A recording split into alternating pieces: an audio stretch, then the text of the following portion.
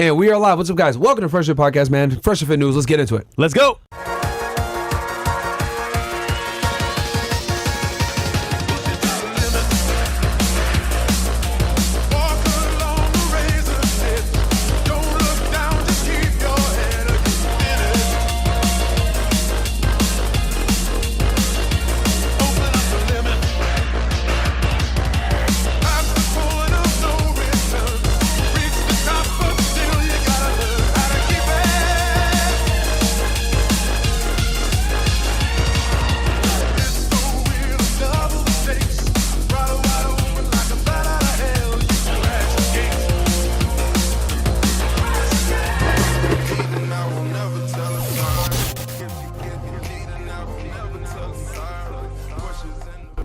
Hey, what's up, guys? Welcome to the Fresh Fit Podcast, man. It is Monday night, a.k.a. No Girls, Thank God. We are talking about different things that are going on. Fresh Fit News, welcome. This is episode like 3 or 4 now at this point. So welcome to Fresh Fit News, guys. It's 11 p.m. Eastern Standard Time. Welcome to the show. We might have to push it back to that time and start time in general. The news time is finally here, my friend. Yeah, bro. You guys are literally, we need to get like we're working on a new intro, by the way, for it as well for you guys.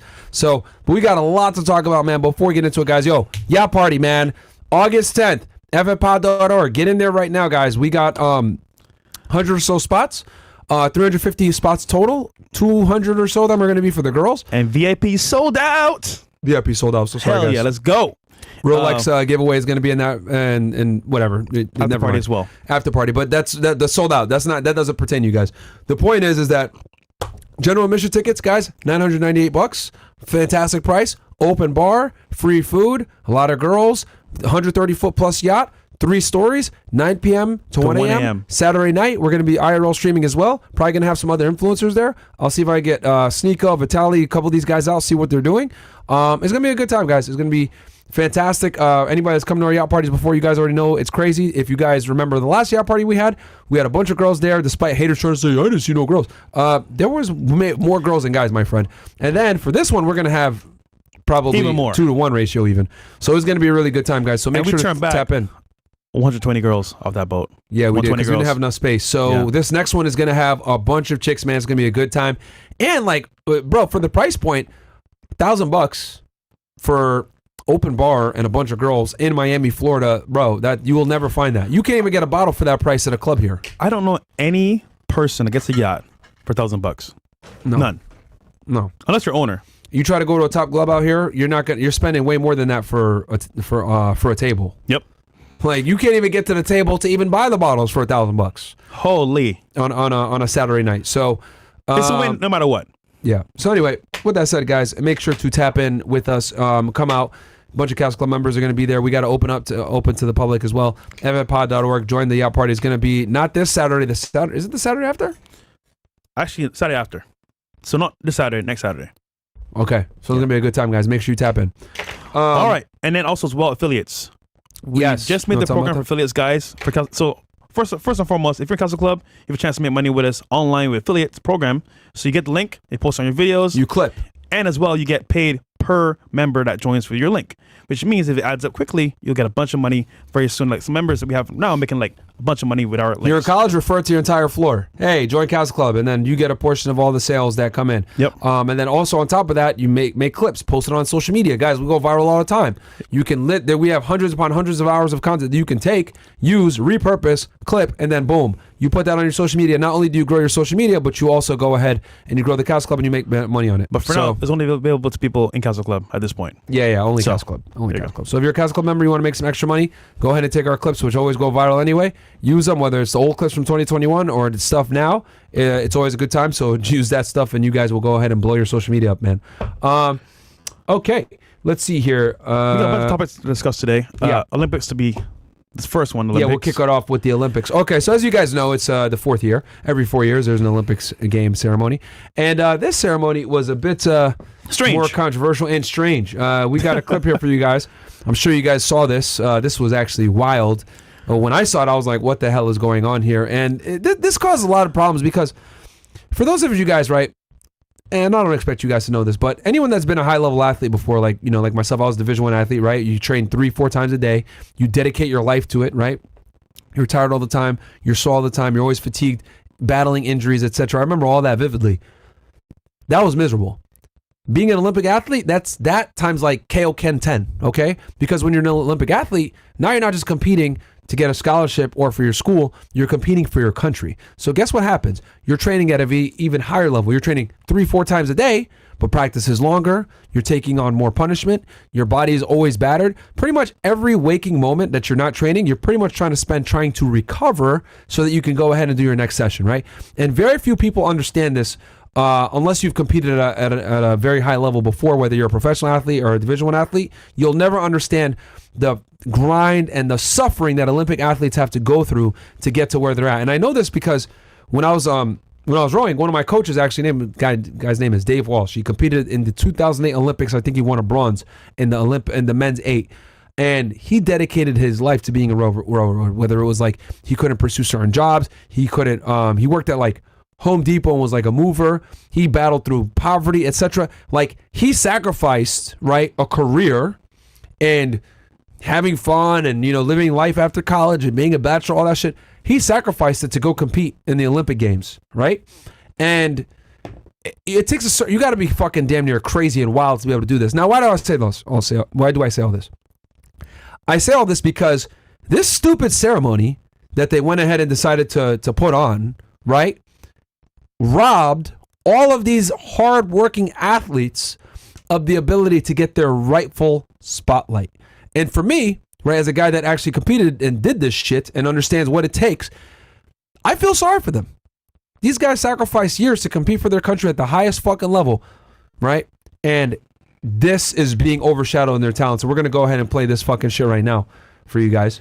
Yeah. Incredible. This was like a drag show, bro. Yeah. Keeping it. And this is, it goes here, the 2024, okay. 1 second. Olympics has gone full woke dystopian. The opening ceremony was filled with transgender mockery of the Last Supper, the gold calf idol, and even pale horse from the book of Revelation. The Olympics has made it clear that Christian viewers aren't welcome. Now, you want to speak to this a bit fresh as a Christian? So this kind of plays into the end times of what's happening with. Can we enlarge this so they can see like what was going on? Yeah. Christians being mocked and chastised and all this, and it's kind of like you're seeing this in real time and they don't care.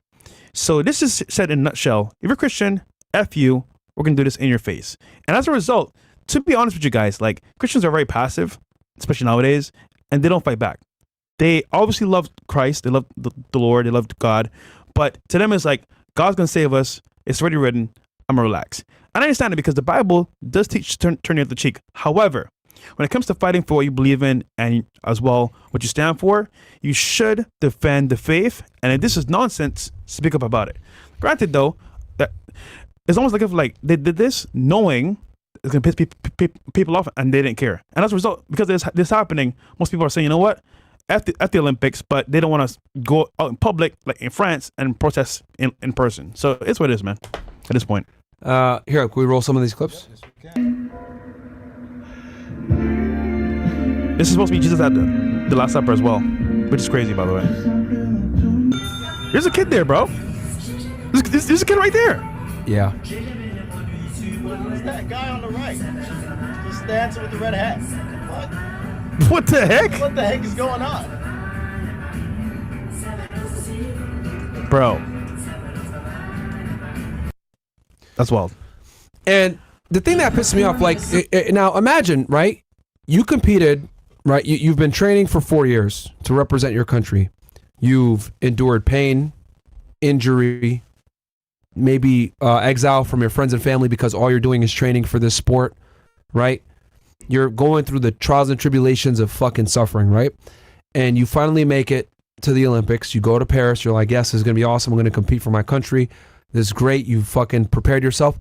And then you got a bunch of fat people, right? And losers and weirdos and degenerates doing this stupid ass ceremony, making a mockery of a major religion. And then guess what? People boycott this shit. People have been boycotting this for a while. I like that Andrew and Tristan right? Tate started a boycott against the Olympics. They did in Romania. Now they're threatening to put Andrew and Tristan in jail for that show, that's a whole other conversation. But you worked your ass off to get to this point, and now people are boycotting the Olympics. They're boycotting the event that you worked your ass off to get there, but you got this fat bimbo with the heart symbol like this, right? Taking the fucking spotlight from you. Did she earn that spot? No, she didn't.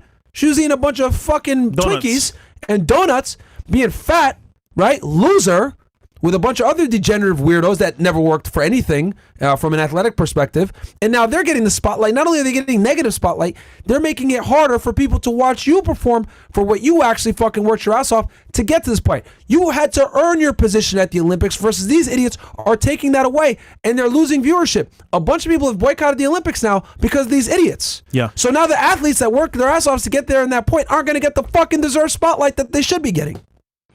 I think the whole Olympics itself is shadowed by this performance. And if you're a Christian athlete that's been through the trenches, like you said before, work your whole life towards this as your main goal, and to see this in front of your face is an insult to your hard work and dedication. And ultimately, man, as a Christian, bro, like, I get it. You want to be passive to not start the pot, but this right here is slap in the face. So I think what Andrew Tristan was saying as well, stand up for what you believe in, go out there and protest, honestly, because this is crap, bro. I'm mad for the athletes. That's who I'm mad for the most because they had to bust their asses to be in that position in the first place. They didn't sign up for some stupid woke agenda here for you guys to fuck up their opportunity to get the spotlight. These guys deservedly so sacrificed 4 years of their life. Again, a lot of you guys, you guys don't understand competing as an athlete at the highest level. You give up so fucking much, man. You give up so much. Like, you literally give up your life to compete at an Olympic level.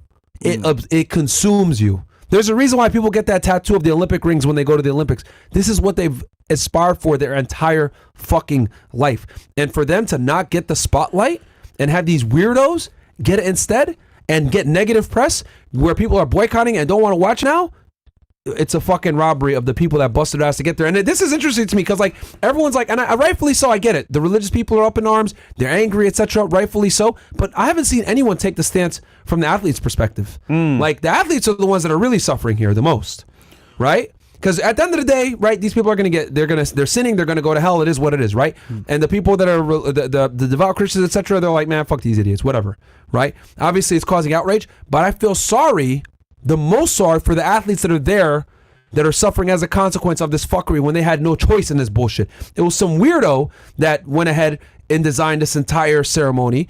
And I guarantee you, he didn't consult with the athletes like, do you guys think that this is okay? Do I do this? No. What do they always do? This is the woke agenda. We want to show that we're tolerant. We want to show that we're westernized and we're super liberal and far thinking. No, man, this is some fuckery. This is fucked up.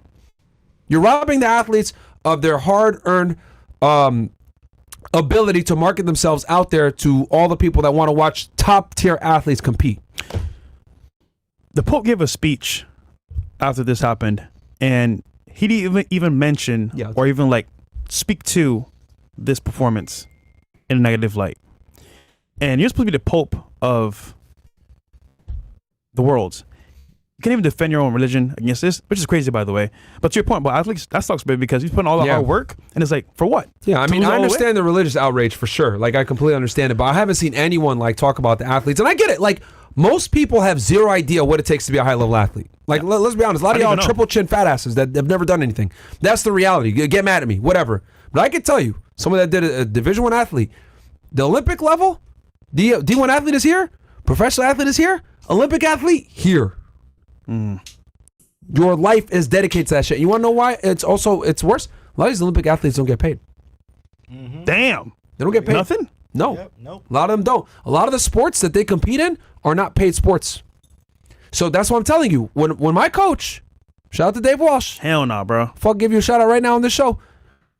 He put his life on hold, man. Worked a bunch of bullshit jobs just to be able to fund his ability to train for U.S. rowing.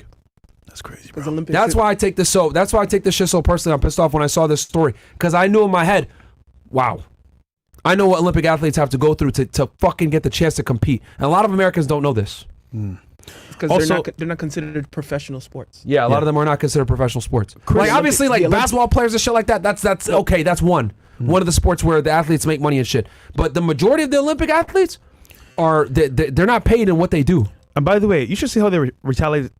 They kind of responded to this in a negative way as well on the actual videos made about this Olympics. Actually, Bills, if you don't pull in that tweet from Chris, So they actually did a DMCA strike on a bunch of channels that talks about this in negative light.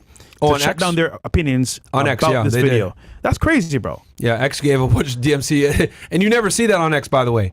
Like where they hit you with copyright strikes. They hit people with copyright strikes for this shit. So Kris spoke about it on a Rumble. This is the abuse of the DMCA. We won't have any of it on Rumble. So that's pretty good for what Rumble did, but this is crazy, bro. Yeah, bro. About this on X is wild. Yeah, on X, yeah. Crazy so shit, they're man. not having any type of discourse. They're trying to censor it because so many people came out and said that this is bullshit, which rightfully so. It is bullshit. Like, bro, this shit pissed me off. Like, because, not just from the religious perspective, like, there's a gross disrespect of Jesus, right, who's revered in both Islam and obviously for Christianity for obvious reasons. But just like, you guys had to go ahead and take this athletic event where you got the best in the world and make it about yourselves. Make it about the fucking woke agenda. People are literally tired of this woke agenda being shoved down our throats, no pun intended. That's what the fuck they're doing with this alphabet community. That's what the fuck they're doing. And there's no shame at all. At all. They don't care. It's like, we're tired of it. There's a reason why these woke movies are doing so poorly. There's a reason why these classic movies where they're trying to, like, make it more modern and make it more awoke and hip and all this other shit, the alphabet community going ahead and putting in their certain 2 cents and modifying classics. There's a reason why they do poorly. It's because people are fucking tired of this bullshit, bro. They're tired of it. Once you leave clown worlds like LA and shit like that, where I was there and I saw a bunch of clown world shit. Like, once you're like in the real world, you're like, oh wow, okay, what the fuck is this, man? Like, most Americans are sensible to a degree and understand, like, this is all a bunch of fucking psyop. So the question is, how do we fight back against this woke agenda? How do we overcome and conquer this woke conspiracy? That's the issue here. And I think for the Christians that did see this as well, myself included, if you're going to be following this as a global pandemic of disgrace to Christianity, you should have been in France protesting, if you were there at least, to show support for what's happening. So that's all I'll say. Crazy shit, man. Yeah. Yeah, you gotta, we kind of opened Pandora's box once we legislated this and allowed gay marriage. And then from there, it just like slippery slope and just went crazy. Is there any going back, you think? At all? No. In America, no. Yeah. In America, no. We are doomed, my friend. You would need to legislate it, like you would need to legislate it out. You would need to make it illegal, which I know that's political suicide. Even if you're a Republican, that's political suicide. Damn. Look, bro. Even the GOP is like accepting more woke things. They let guys. I was at the RNC. They let Amber Rose speak. I was like, what the fuck is going on here? Letting Amber Rose speak at the fucking Republican National Convention? What? Ridiculous. Yo, bro. Isn't this supposed to be the pro-life party? Isn't this supposed to be the conservative party? Yo. This chick has an OnlyFans. She ran a special. 50% off while she was at the RNC. Yeah. Yeah. That is today's society standards of what should be seen on television, by the way. And here's the thing. Look. You could be critical of, Daily Wire. You can make fun of Ben Shapiro all you want, whatever. People are critical of them, right? People don't like, are critical of Matt Walsh, whatever. He had a good take on this shit. He said, why the fuck is this chick at the RNC? Well, what the hell? Right? And I agree with him. I said, bro, not only are you right about this, right? But this chick was running an OnlyFans sale, and this chick is a thought. Because, look, white America doesn't know who the fuck Amber Rose is. Let's just keep it a million. They don't, right? She's basically a 304. She did the slut walk back in like 2015 with 21 Savage. Yeah. She's basically known for smashing rappers. That's what the fuck she is. Let's just keep it a million. She hasn't been relevant since 2015. So what does she do? She rebrands under the conservative umbrella. Yeah. Right? And says, oh, I'm a MAGA supporter now. I like Trump, etc. Right? The Republican Party is so out of touch. This is one of their weak points, right? They're so out of touch with what's cool, what's hip, what's interesting, what isn't. They think she's actually popping because of her Instagram popping her following. Pussy. Yeah. Popping her pussy. Like, they actually think that she's popular and like famous, right? Yeah. Like, she has the voice of the, because who are they trying to target, right? Let's go ahead and like demystify this shit real quick for you guys, right?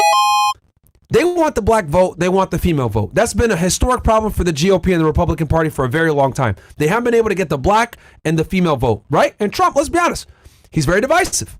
Right? A lot of minorities don't want to vote for him, and a lot of women definitely don't want to vote for him, especially with all the allegations that have come out with Jean E. Carroll and all this other bullshit, which we all know that's a cap, right? We've exposed that shit, why she's a liar. But that's not the point here, right?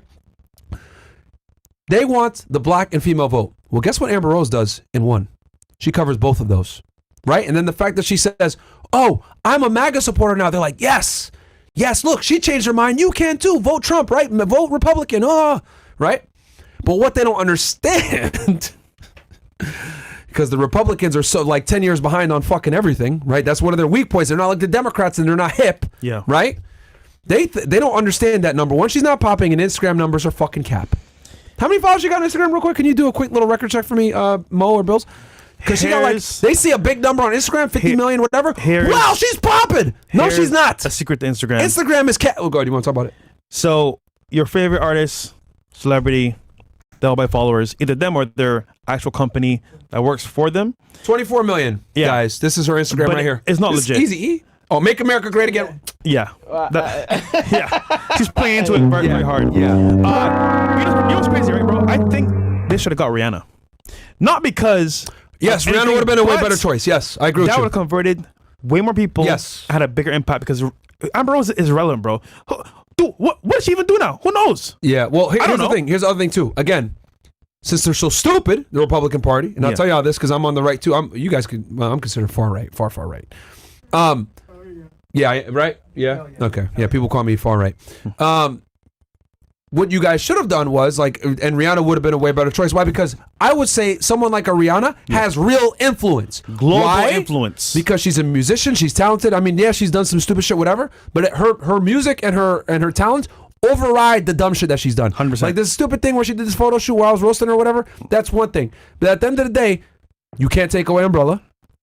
You can't take away fucking all her hit songs with Ponded River with the DJ. Yeah. Eminem too. Eminem. Yeah. Ponded Replay. Ponded Replay is what it is. I can't even remember all of them. But either way, she's done. I don't listen to Rihanna, but I know a bunch of her hits. That should tell you something. She's right? done amazing work. She transcends borders. Industry. Diamonds. So Diamonds, right? She has real influence, right? So you get someone like her to back the MAGA, that's going to actually help you. That's going to get you the black and female vote that you're looking for. You bring someone like an Amber Rose. You want to know who her fucking fans are, guys? Her fans are horny men who a lot of times are going to vote Republican anyway, you fucking idiots. Like, you're not gaining votes by bringing her. So, like, when they brought her in, hold on. When they brought her in, right, and she was doing all this shit, whatever, in my head, I'm like, you guys are idiots. Like, she's not bringing you the votes that you guys think she's bringing you. She's not bringing the female vote, and she's definitely not bringing out the black vote that you guys think. She's not even associated with poppin' rappers anymore to bring you the black vote like you guys thought. Like, but again, I want to reiterate this one more time. The Republican Party is stupid when it comes to pop culture, what minorities are into, what they're interested in, whatever. They're behind. They're like 10 years behind, to be exact. She hasn't been popping since 2015. Go ahead, you have some. Just out to your point as well, her actual conversion of people to her aren't even black women. You know why? She's not black to them. She's light skinned. Yeah. So that shit just feels right there. Yeah. And again, that's something else the GOP doesn't know. Yo, so skin politics is a thing. They literally gave her a voice for no reason, honestly. Yeah. Because that vote, bro, doesn't even count. It didn't do anything. Yeah. It's not gonna have the potent effect that they think it does. You know what it did? It turned people that were actually conservative and actually care about it. Like, who's this fucking whore? Yeah. Like that's what it did to the people. Yeah. Well, you know why they did that? You know why they did that? Yeah. They're voting Trump anyway. That's why they did that. Like, like they're looking at it like, okay, look, will we cause a little bit of outrage in the MAGA community? Yes, but they ain't going nowhere. That's how they looked at. That's the truth. They looked at it like they ain't going nowhere. They're gonna vote Trump anyway. So let's go ahead and take this risk. Let's bring her in. Right, whoever did the research is an idiot because they don't realize that this woman is not influential like that. And again, like I said before, she's a porn star. So therefore, since she's a porn star, who's her fan base going to be? Men. Yeah. I'll say this. She did a very good speech. However, you know in school when it was like, well, if you were ever light skinned, there was kids that were always like, oh, I'm going to pick on this girl because she's light skinned. And as a result, the black crowd were like, oh, we don't like that person because they're light skinned. That's how she's seen in the public eye because she's not even like fully black. And guys, so you won't notice unless you're in like you're in this shit. Yeah. But why do you guys think all the time they make fun of me and Fresh and say that we're not really black? They call me a refugee Sudanese. They call him a dumb islander. They call they call y'all Haitians like y'all ain't black. Like we're not FBA. The problem is that like this urban side, this whole black community thing, it's extremely divisive, right? And you could think guys like Tariq Nasheed and all this other shit were putting out this stuff like FBA, blah, blah, blah. It's a big reason why him and Dr. Umar Johnson don't get along no more. Because Dr. Umar Johnson called them out, rightfully so, by the way, which we agree on, for being divisive within the black community, saying like, oh, well, y'all are FBAs, or you guys are refugees, whatever. Like, anytime I make an argument that's critical of like the black community, the first thing they say about me is, you came from Sudan, you ran over, you ain't fixed your problems. And I'm like, what the fuck? Well, how's that an argument? But that's what they say. That dumb shit. So, again, that's a good point that you made with Amber Rose. Is like, they're going to look at her, a lot of the people in the black community are going to look at her and be like, she ain't even one of us. That's what they're going to say. When the cops come, we get arrested. Yeah. When the cops come for her, who knows? Yeah. It's ambiguous. That's what they say. But but like, again, the GOP thinks they hit a home run by bringing her in and converting her. But it actually wasn't. It was a home run for her because she's old, no longer in her peak. She's maxed out her sexual market value in the Democrat Party. Because remember, this is, mind you, by the way, this is a woman that used to do slut walks and scream, pro-choice. One of the biggest pro-choice advocators. Like, she was talking about killing babies, all this shit, right, for a very long time, which is strictly like not the GOP stance on that. So them bringing her in, they thought it was a W, but it really wasn't. I'm curious to know how many followers she got after that speech from her Instagram. How many followers, bro? A bunch. But regardless of the fact, though, like, she made a bag off of that, like, and again, like I said before, she finessed, yeah. And she ran a special. Yo, that's fucking hilarious. She ran a special. I'll tell you this. She's smart for that. They brought her out the dead. They brought her out of the dead because she was non-existent. And again, and this is another thing too I want to address since we're on this topic. The new grift for girls is to be a conservative. Bro, they act pure and more Christian based, and they come into the community and say, oh yeah, I'm saved now, I'm different. But low-key they're saying, hey, you want to get my OnlyFans? Here's a special. Bro, it's the new grift. Here's a special. This dumb bitch Lily, right, on Twitter, yeah, she blew up, right? Like, she blew up for saying dropping N-bomb or whatever. Yeah. Andrew Wilson's wife exposed her. Shout out to her, by the way.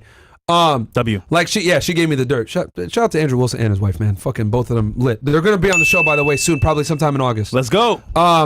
So they do a talk on the Timcast shit. I think Culture War, whatever.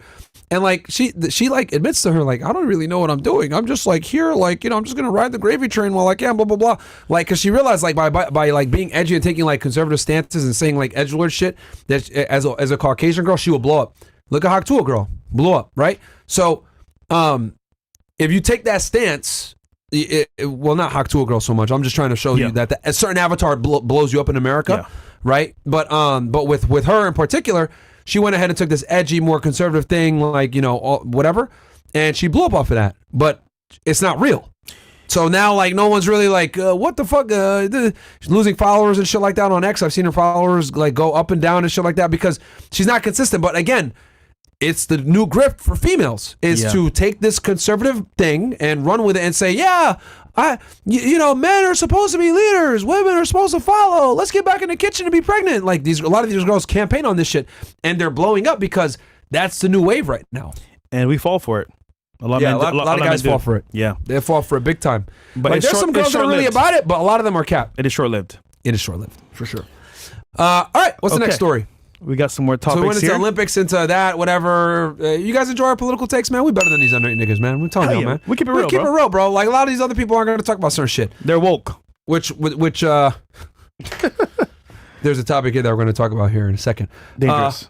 What are we at? What's the next story? We got protesters as well invading the Capitol building. Yes. Oh, okay, yeah. Okay, so I talked about this a little bit the other day, but we can go ahead definitely deeper into it. We want to let's roll the clip. Let's go. Hey guys, do me a favor. If you're watching this on Rumble, man. If you guys are watching this on Rumble, do me a solid. Everybody on CastleClub too that are watching, open up another tab, guys. Watch this on YouTube. We want to blow up. Yes. Hit the algorithm hard, etc. So come on over, open up a tab on YouTube, drop the link in there for them, Mo, please, and Twitch as well. Like the video for us, and then let's go ahead and go. We got 11K watching. Yep. Cool.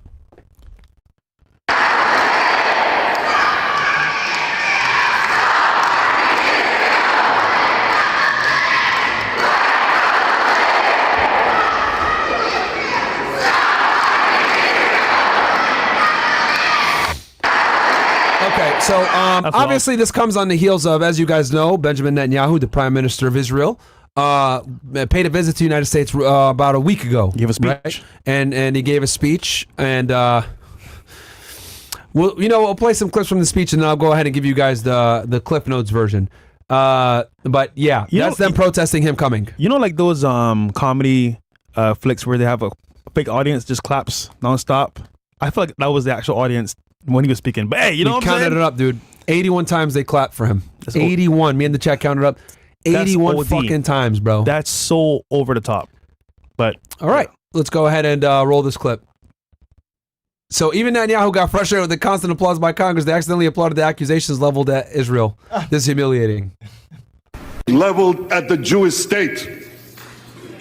No, don't applaud. Listen. Leveled at the Jewish. Yo, listen, when you're live, bro, things happen. We do it live. He got caught, man. So this is what and then there was protests all over Washington D.C. after this. Outside Union Station in D.C. right now, lots of vandalism of the statues and Freedom Bell, including big praise for Hamas, right? Which I don't agree with that, but this is crazy, man. Is that a crime if you get caught vandalizing? 100%, man. These are historical monuments. Wow. But there was probably so many of them. The cops were like, "Man, I don't get paid enough for that." Yeah, that's crazy, bro. Dude, that's a lot of. Wait, is that marker or graffiti? That's real graffiti, probably. Really? Real graffiti looks like, yeah. How do you get that shit off? See, my thing is, look, man, you want to protest peacefully. Don't fucking desecrate and vandalize historical monuments. Like, what the fuck, bro? This is like not cool. You know what I mean? Now, so damn. Let me give you guys the fun Cliff Notes. They came here to get more aid. Okay, guys, as you guys know, Israel's been waging a war on Gaza for, 10 months now? We're almost at a fucking year, right after the events of October 7th. If you guys want to learn more about the October 7th stuff and the propaganda, we did that on Rumble. I won't even go into it because we're live on YouTube right now with Suleiman. So please go watch that podcast, 5-hour long episode. We went ahead and debunked a lot of the myths. And we actually used Israeli media to do it. We didn't use we used direct media from Israel to dispel a lot of the myths. That's fair. That's fair. Yeah, absolutely. Very unbiased. Go check it out. Right. And that we use our sourcing came from Israel itself. He came here, guys, for two main reasons. Number one, to get aid. You guys may or may not know this, but Biden, and this is a tricky situation from a political standpoint because this is one of the few issues that both the left and the right actually agree on, which is this whole issue with Gaza and Israel and giving aid to Israel, right? Because you got a considerable amount of Americans that are saying, yo, why are we involved in foreign wars? Fuck this shit. America first. Let's focus on the United States. We have sky high inflation. Why are we funding a war in Ukraine that's losing? I think the Ukrainian war has also woken a lot of people up that now it's coming out that we're losing that war, right? Finally, after years of them saying, we're winning, we're pushing the Russians back. We have flags on Facebook, not Instagram, really supporting everything. Yeah, you know what I mean? It's an L, right? So now they're realizing we've dumped a bunch of money into there and Zelensky keeps coming over here asking for money, right?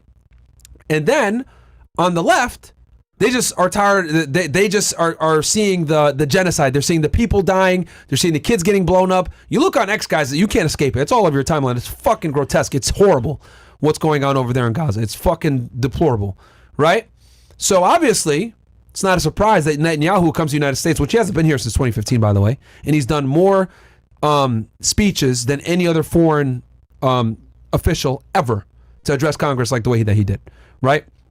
And half of it was actually half the representatives weren't even there, but they filled it up with other people there for optics. But half of them didn't even show up, right? So this is one of the few topics that both the left and the right actually agree on, because on the right they're like, with the right they're like, we're tired of funding foreign wars. This is bullshit. We got to focus on our country. Fine. That's from a more nationalistic perspective. On the left, they're more humanitarian. This is a fucking problem. We're funding the death of innocent people. We have something like 10,000 kids that have been killed, right? Documented, confirmed. 40,000 people total that have been killed, right? Israel's telling us that 15,000 were Hamas allegedly. But what about the other 25K? What the hell's going on here? And their ministry can't answer the questions. So obviously both sides, this is one of the few stances they agree on, right, is this foreign aid problem. So Biden, I say all that to give you guys the stage. Biden's in a tricky situation. Obviously, we always back Israel. We're their greatest ally, right? We're their greatest ally. I don't know if they're our greatest ally. That's debatable, but that's a whole other. That's not for YouTube. So yeah, well, that's not for YouTube. I'm just gonna stick to the facts here. He's been holding some of the aid. He hasn't given them the aid that they want as quickly. So when Netanyahu came on, he was very explicit to say, expedite the aid throughout the speech. Expedite the aid, right? Because we haven't been giving them all the bombs and the equipment that they need to, finish out this war. Well, they can finish it out, but you know what they really want to do is they want to expand the war. As you guys know, there was recently a bombing on the Golan Heights where I think 12 or 11 children were killed, right? And they're saying that Lebanon was involved, Hezbollah was the attackers, etc. Basically, there's a lot of. I haven't seen the Middle East with this much issue in a very long time. Since I was a child, I haven't seen this much conflict in the Middle East, right? Because not only is Israel fighting a war in southern Gaza down in Rafah right now, where they're trying to clean that up, now they're antagonizing Lebanon and Iran. Don't they have like a list of people they want to go after? A list? Yes, that was in the clean break memo. Yeah. Which outlined everything that we're seeing now. They have an agenda. They outlined getting rid of Iraq. We did that. They outlined destabilizing Syria. We did that. What's left? Lebanon and Iran. Yep. So the reason why Biden is slow with giving aid is because he knows, and he's not stupid, that aid is going to be used to expand the war. They want Israel to finish the shit immediately. They want to get them out of Gaza, figure out what we're going to do, stop bombing the people, because optically this looks very bad. The rest of the world is looking like, what the fuck is going on here? Israel doesn't have national support anymore, guys, or international support anymore. The ICC is saying that they're war criminals. BRICS. They're trying to get an arrest warrant for Netanyahu, etc. Like the international community is looking down on Israel for this, right? And Biden, this is an election year. He's a Democrat, right? This is not a good look for him. So, and then I know a lot of people are saying, well, Trump wants to get involved. Well, that's true, but Trump wants them to finish this quickly. No one wants to stay in war. So both parts want Israel to end this quickly. That's why the Democrats right now are slowly giving aid and kind of dispersing it slowly, because they're worried that Netanyahu is going to take this aid and run and start another war, which I think they're doing it. They're doing it right now as we speak. They're antagonizing Iran. They're antagonizing Lebanon. And just so you guys know, Israel's already fought Hezbollah and they lost. Okay? So explain this to me. You're in Gaza fighting a war here, right? Y'all are getting killed by guerrilla militia motherfuckers that barely have real weapons. This dude's got like rocket launchers with paper clips and shit, right? Y'all are getting fucked up by them. Damn. You think you're going to actually win a war against Hezbollah when you guys lost to them before? Not to mention, they have enough rockets, and Iran's going to get involved as well. And then you also got Russia and all these other countries that will come in and back Iran, right? Which will draw us into the war. That's my concern. That will draw us in immediately. But these dudes all have enough missiles to destroy your Iron Dome and bomb the fuck out of Israel. Do you think this is World War III in the making? I think we're on the verge of it, my friend. I genuinely believe that we're on the verge of it, and that's why they're even Joe Biden's sleepy ass knows to not sleep on this. Even he knows. What the fuck? That was so lame. I'm dead ass. This is the one thing that he's not sleeping on, bro. Okay, you're right. He's slowly dripping aid to them because he knows what Netanyahu wants to do. Also, another thing for you guys to understand, Netanyahu was in the middle of a criminal case, a criminal trial prior to October 7th. Did y'all know that? I know, a lot of people don't. Yes, he was being investigated for corruption and bribery. Damn. Prior to October 7th, he was literally in the middle of judicial proceedings. Once they got attacked, suspended, now he has pretty much ultimate control, and he's going gung-ho. We're getting rid of Hamas. And here's the other thing, too. His party, the Likud party, which is like the equivalent to like our Republican party, which is more conservative, right? The Warhawks, they're finally seeing eye to eye with the liberals. They don't want him to go to war. Because since Israel got attacked, this is the one thing that unites them. You got guys like, Jonathan Greenblatt and Ben Shapiro, who are diametrically opposed and don't like each other. You got a far right-wing guy like Shapiro and a far left-wing guy, Jonathan Greenblatt, over ADL. Agreeing. They're agreeing. Yeah. Why? Because of this war. So the war has effectively united Israel. Cool, whatever. However, they want our aid so they can go ahead and wage war, not just in Gaza, but on all the other enemies of Israel that they've had problems with for decades, because they're going to use this October 7th as the catalyst. As the catalyst, good point. Yeah, as the catalyst to justify and rationalize their war. And what their next step is, now that we talked about the two main reasons he came, the first was obviously to talk about getting aid and expediting the aid. The second is he wants a unity between all the Arab countries that were involved in the Abraham Accords from before, which I think it was Bahrain, the United States, United Arab Emirates, etc. And they were supposed to have a meeting with Saudi Arabia right before October 7th happened. But when October 7th happened, Saudi Arabia and a couple other Muslim countries pulled out. It's almost like if you're trying to follow an agenda from the Bible. They want an entire Greater Israel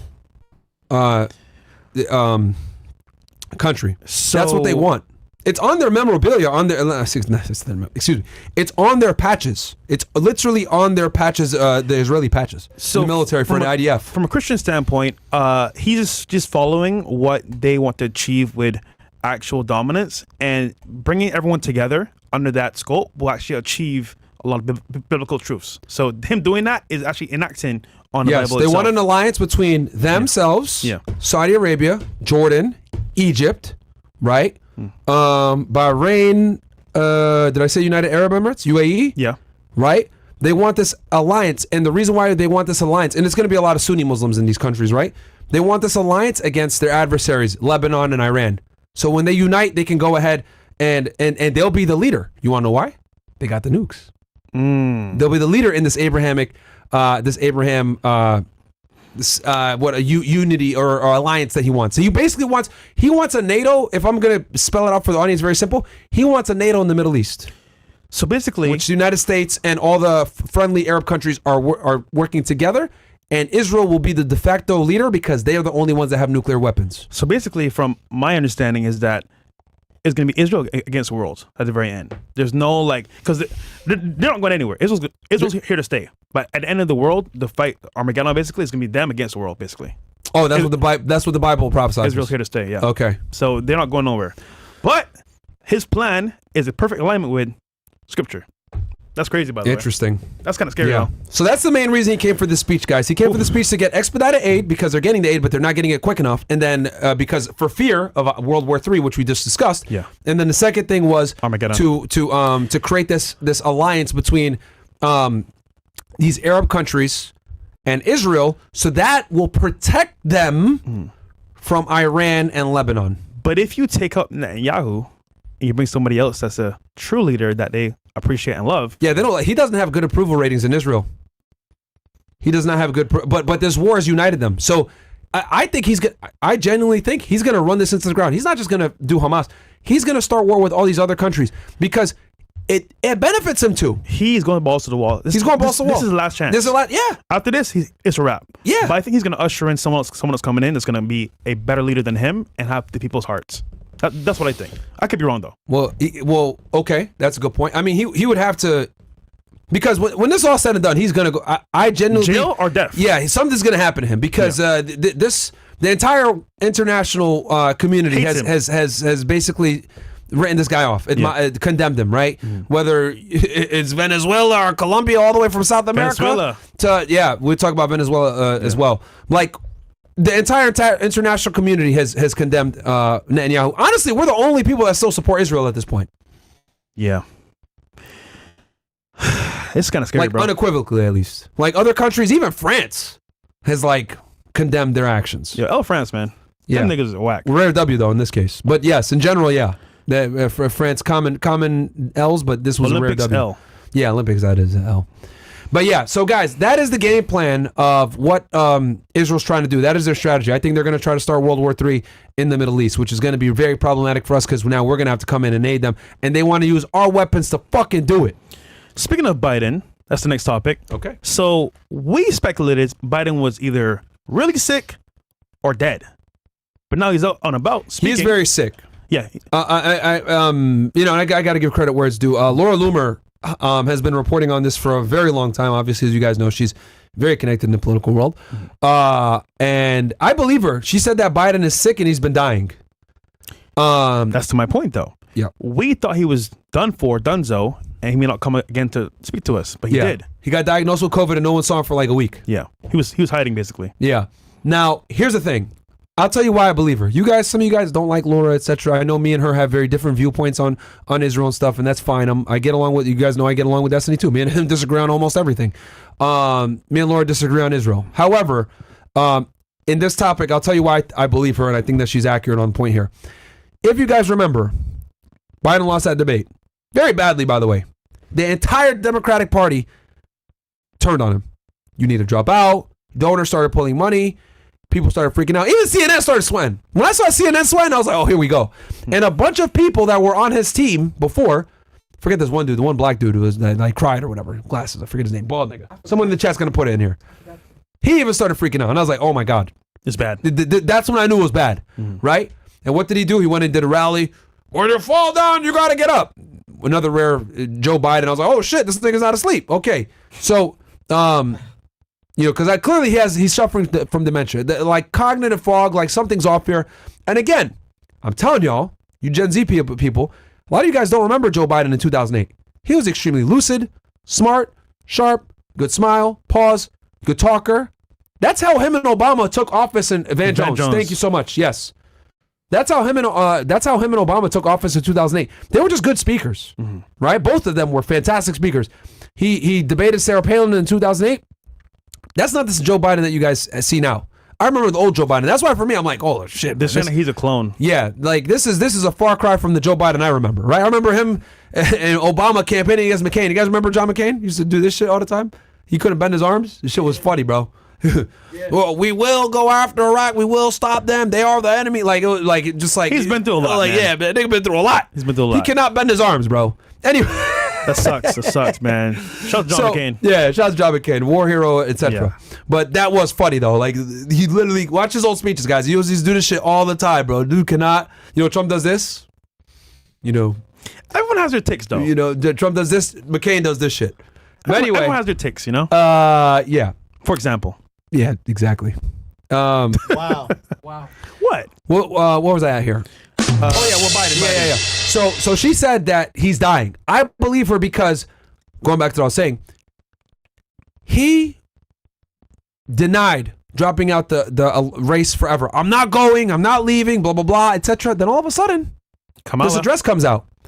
So that made me realize, and also another thing too, give credit to Laura again. She posted it. His family was crying after he delivered this thing.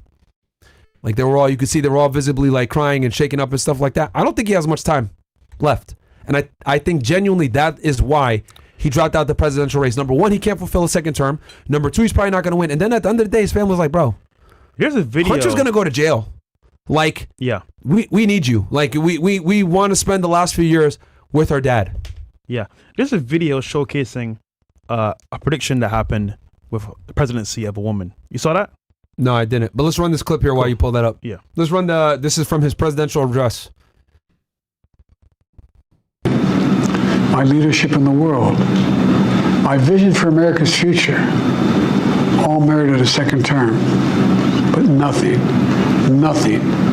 can come in the way of saving our democracy. That includes personal ambition. So I've decided the best way forward is to pass the torch to a new generation. That's the best way to unite our nation. You know, there is a time and a place for long years of experience in public life. But there's also a time and a place for new voices, fresh voices. Yes, younger voices. Voices fresh. And that time and place is now. Over the next 6 months, I'll be focused on doing my job as president. That means I'll continue to lower costs for hardworking families, grow our economy. I'll keep defending our personal freedoms and our civil rights, from the right to vote to the right to choose. I'll keep calling out hate and extremism. Make it clear there is no place in America for political violence or any violence ever, period. Is that a Rolex? I'm going to keep speaking out to protect our kids from gun violence. Our planet from climate crisis is the existential threat. And I will keep fighting for my cancer moonshot so we can end cancer as we know it, because we can do it. And I'm going to call for Supreme Court reform because this is critical to our democracy, Supreme Court reform. Yo, by the way, he is passing the torch to Kamala, right? He's cooked, man. Yeah, he's done for it. But play the clip, Bills, real quick in the chat. So this was said years ago about what's happening today and what's possible. Where's this clip from? It's actually from X. So some found this like a while ago. Oh, Twitter. Yeah, Twitter. Oh, who's tweeted it? Some random person actually. They brought up randomly, but it's perfect with what's happening right now. Okay. Gerald Ford? Yeah. Okay. You seen this? No, but let's see what Gerald Ford got to say. All right, play it. He was asked by 1989. a young lady about this. Mr. Ford, what advice would you give a young lady wanting to become President of the United States? Well, I hope we do have a young lady at some point become President of the United States. I can tell you how I think it will happen,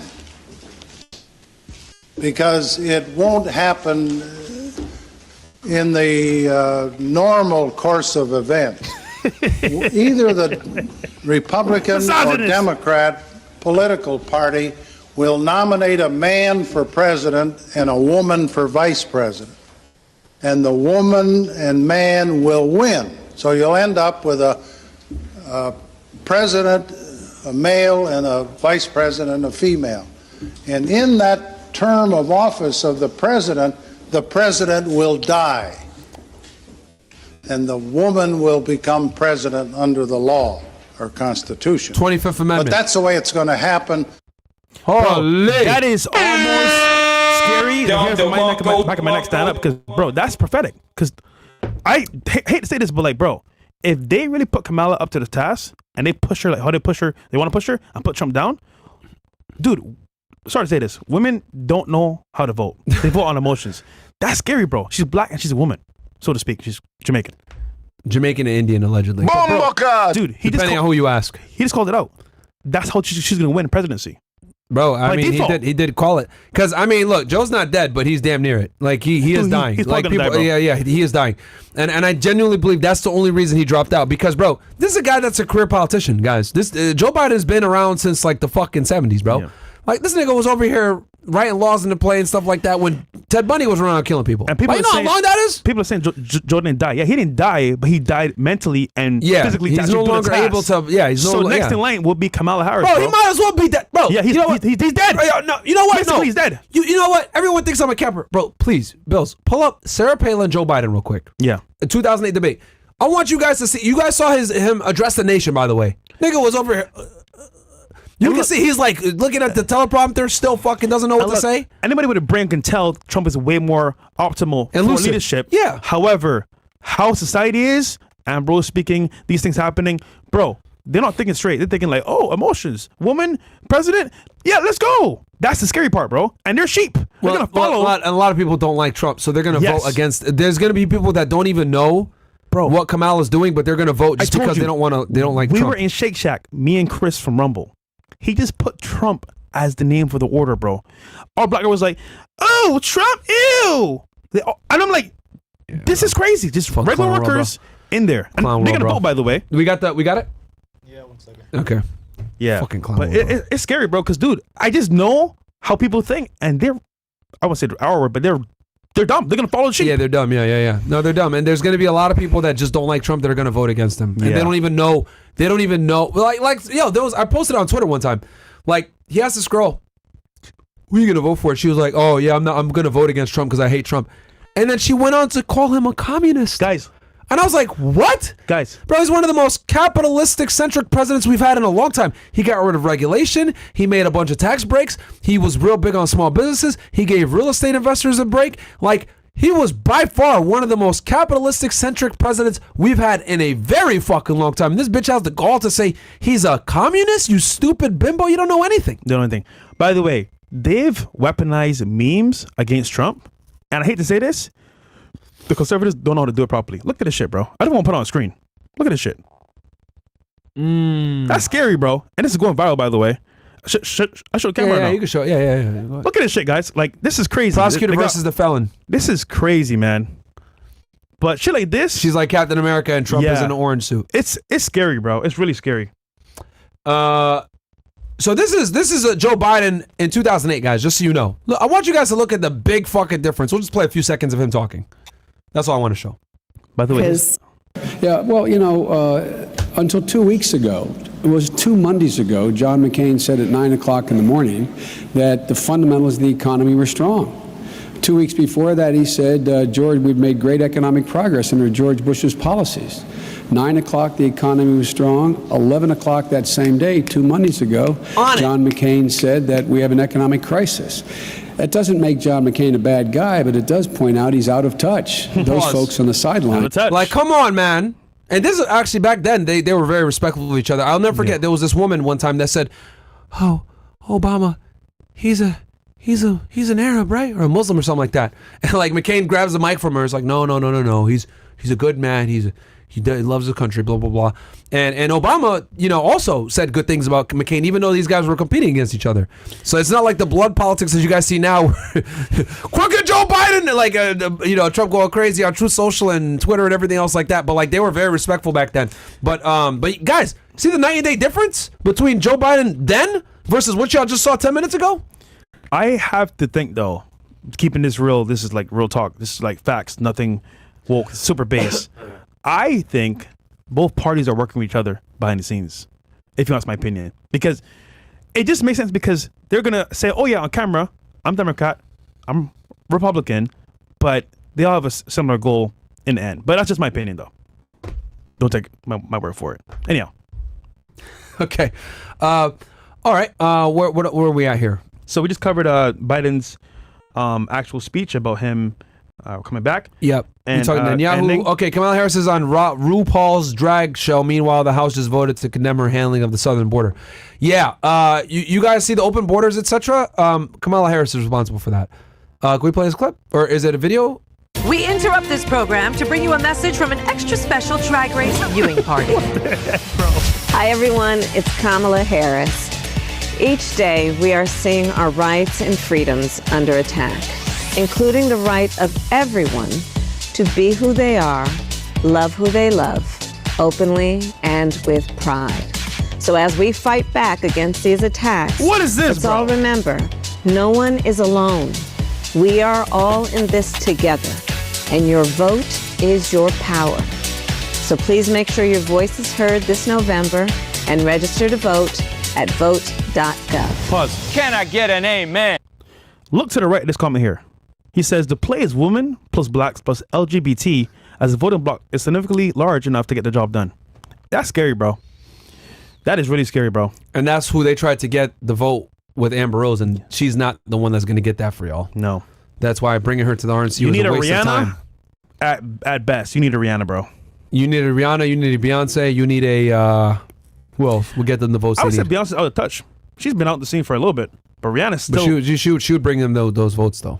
Yeah. But remember, they want black women. That's what they want. That's true. That's historically been a Democrat stronghold that they've always been able to get. Who else? I'm trying to think. Who else would get them that vote? What's her name? Glorilla? Not her, bro. Somebody else, but not. Sexy Red will get it for them, but nah, that's not worth it. Yeah, that's not worth it. That's bro. the hood vote right there. Hell no, man. That's not worth it. Oh man, but you see, dude, it wouldn't be incongruent though. No, but remember when he did that with Lil Pump? It's but here's the thing: Trump don't push Lil Pump. Lil Pump just pushes to be in a picture with him. Yeah, he came on to Trump. Trump didn't like go to him. yeah, like he runs anytime Trump's running, like he runs to him with a MAGA hat on and says, "Oh." Yeah, but Trump don't know, man. Yeah, I mean, Pump. Is he still relevant musically? No. But he's able to. But you know what's funny? He said no immediately. He's always around somebody that's popping. Hawk Tua as well. He's around somebody else recently. He's always there. No, Trump. No, sorry, Pump. Yeah, probably. He's always there. Well, that had happened to because the favor was to get Kodak Black out of prison, to get pardoned out of prison. That's why. Huh?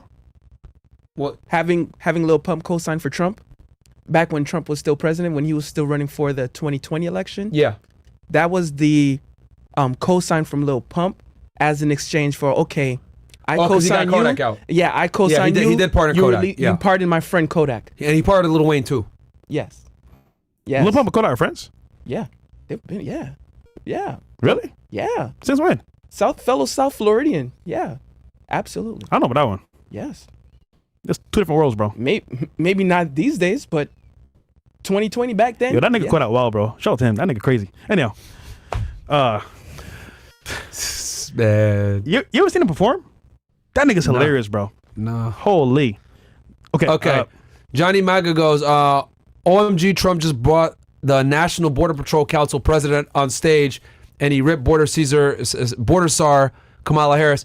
I gave her all the policies she needed and she refused to implement them. She does not care about you. He does. Oh, yeah. There you go. Shout out to Border Patrol. Play this clip real quick. Kamala Harris knows what she needs to do. I was there. I gave her all of the policies that she needed. All of them. And she refused to implement them. Damn. She does not care about you. She does not care about the safety of this country. He does. This is the man for the presidency. Back to blue. Yeah, Trump is very pro-law enforcement, too, despite the fact that Thank you. went Wow. after him. When I was on the job, because, guys, keep in mind, I was an agent under Trump. Very, like, we were aggressively going after everybody, which is good. You know, I mean, this always happens, though, guys. Like, Democrats are always soft on the border. They always are. Like, I'm not surprised. Like, with Kamala being soft on it. Under the Obama administration, they were kind of soft on the border, too. Though Obama actually deported more people than everyone else. Damn. Surprisingly, people don't know that. But from a political standpoint, though, like, at face value, they were very light on immigration. Because, like, once you got... All you had to do under Obama was get in. Once you're right? in. If you got in and you had, like, somewhat of a good reason, yeah, you'd be straight. Okay. The people that got deported were idiots, but yeah, it is what it is. Okay. Colin Rugg goes, the media is now claiming VP Kamala Harris was never the border czar as Trump's campaign starts ramping up attacks. You don't hate the media enough. March 24, 2021, Biden puts Harris in charge of border crisis Axios. July 24, 2024, the Trump campaign and Republicans have tagged Harris repeatedly with the border czar title, which she never actually had. Axios. So Axios is changing their story, it seems. Let's see here. Well, it's CNN. What do you expect? This is the kind of thing that is playing out all over conservative media. I just want to do a little bit of record correcting. There's not record crime right now. Number one, Harris was put in charge, as you said earlier, of combating the roots of immigration. She was not and is not the border czar. And the Biden administration did task Vice President Kamala Harris with the issue of migrant crossings, naming her the so-called border czar. I've asked her, the VP today, because she's the most qualified person to do it, to lead our efforts with Mexico and the Northern Triangle and the countries that help. We're going to need help in stemming the movement of so many folks stemming the migration to our southern border. We've been to the border. We've been to the border. You haven't been to the border. And I haven't been to Europe. And I mean, I don't understand the point that you're making. You haven't been to the border. Yeah, and the problem is that what Kamala too, that's another thing, is that she speaks in word salad. She's very bad at getting her point across, and she says things in a very wordy fashion to make herself sound intelligent, which is like ridiculous. She doesn't speak in layman terms English, which the American people a lot of the times appreciate. You look at like someone like a Donald Trump, people always criticize his way of speaking and his lack of formal word usage, I guess is the way to put it. But hey, the American public likes it, man. So hey, you got to speak in a way that's understandable. Not everyone. I mean, you know, you look at someone like Obama, who was just a great speaker in general. Yeah. But not everyone. It's a gift, bro. That's a gift that takes a while to acquire. So Trump doesn't have that, but he speaks in very layman's terms that people are able to understand. Kamala on the other hand, she'd just be yapping, saying a bunch of nothing. All right, who's up next? Trump met Netanyahu at Mar-a-Lago. Oh yes, he did. Which I think was a bit weird. Look, Trump did a lot for Israel. You know, he moved the embassy, gave them aid, obviously. His son-in-law, hardcore, you know, supporter of Israel. The Kushners. Did I pronounce that correctly? Chat, let me know if I pronounce that correctly. I always fuck it up, the pronunciation. But yeah. Is it almost like a steady thing where you have to support Israel? Yeah, you have to. So it's almost people get mad at me for saying this, like, oh, well, Myron, like, you're critical of Israel, but you like Trump. And I'm like, yeah, because every single politician in the United States that is, that has any real power or, consequence or makes decisions, you have to be supportive of Israel, guys. Like, that's a non-starter. So you can't be a politician in America. The only politician I know that doesn't openly support Israel is Thomas Massey, and he gets shunned a lot, guys. That's it. Everybody else is hardcore AIPAC, hardcore Israel lobbies, hardcore Netanyahu, unequivocal support of Israel. There are allies in the Middle East. Like, that's the talking points that you hear from conservative media. I would argue that the Republicans are even more in bed with the Israeli lobbies than the Democrats are. So are you saying like it's both for the same coin? Yeah. You can't be a politician in the United States without backing Israel. Sorry. You just can't. You can't be a real politician with real power unless you back Israel. See, this is my issue. It's a non-starter, bro. This is my issue with politics, bro. I get it. There's opposing sides, but if you look at it closely, it's almost like the same thing. It is. So then why? So then it is. So then my question is, 100% it is. Why are we even going this hard for each side? That's a good question. I'll tell you why. I'll speak for myself. I don't know why other people are, because I get what you're saying. You're saying it's two sides of the same coin. Yeah. The reason why I am is with this election, I think the most pressing issue, and people might not agree with me on this, and that's totally fine. That's why we have discourse. I think the most important issue with this election, 2024, is foreign policy. Okay, and you guys have heard me say it on this podcast before. Whoever's in office does not dictate you being successful. Yeah. It does not dictate your ability to earn. It does not dictate your ability to become a millionaire. It does not dictate your ability to put food on the table for your family. At the end of the day, whether it's a Republican in office or a Democrat in office, if you have half a brain, you are going to be able to navigate that economy appropriately. Okay? There's never going to be a point where the person that's in office is going to dictate your life to the point where they're going to save you. No president that comes in is going to save you. However, when it comes to foreign policy, right? And I think we're closer to World War III than we've ever been, at least in my lifetime. Right? I don't think we've been this close since maybe the 1960s with the Cuban Missile Crisis with Kennedy. I think it's that bad. I would argue. I genuinely believe we're that bad I think right now. It's happening right now. That's what I would argue. There you go. Right? Obviously, John F. Kennedy was able to navigate that appropriately, struck a deal. We didn't go into World War III, right? With the whole Cuban Missile Crisis. But I think we're there now. I think we're the closest we've ever been to a world war. Yeah. And that's where we are. Okay. So the president, that I could control my success in the United States, I could control how much money you make, etc. But I can't control American foreign policy, and I can't control if we get into World War III. The only way I can control that is by who I put in office. Okay? Who I vote to put in office. I genuinely believe that Trump being in office is going to keep us from war. Don't get it twisted. He's going to give Netanyahu what he wants. Make no mistake about it. He's going to give Netanyahu the money. He's going to say, cool, bomb him, I don't care. But he's going to say, you need to end this war quickly. That's his thing. Is he going to tell him, here's your aid, get this shit done by this day. If you don't get it done by this day, no more aid. So Netanyahu's going to have to operate on the time clock. Biden, on the other hand, he's just dragging his feet. Dripping the aid, you know what I mean? Like, I don't want to look bad. And a lot of people don't know this. Kamala didn't go to his speech when he went to Congress, but she met with him privately after. But optically, she doesn't want to be seen with him. Why? Because it looks bad. Because it does look bad. The left in general doesn't like Netanyahu and doesn't support the war in Gaza. But she knows who really pulls the fucking drawstrings, or in this case, the purse strings. She knows who the donors are. She knows who pays the money. She knows she needs to get her campaign funded. She ain't paying for it. She knows who they are. And they like Netanyahu. So she's still got to play that game. Listen, man. I get it.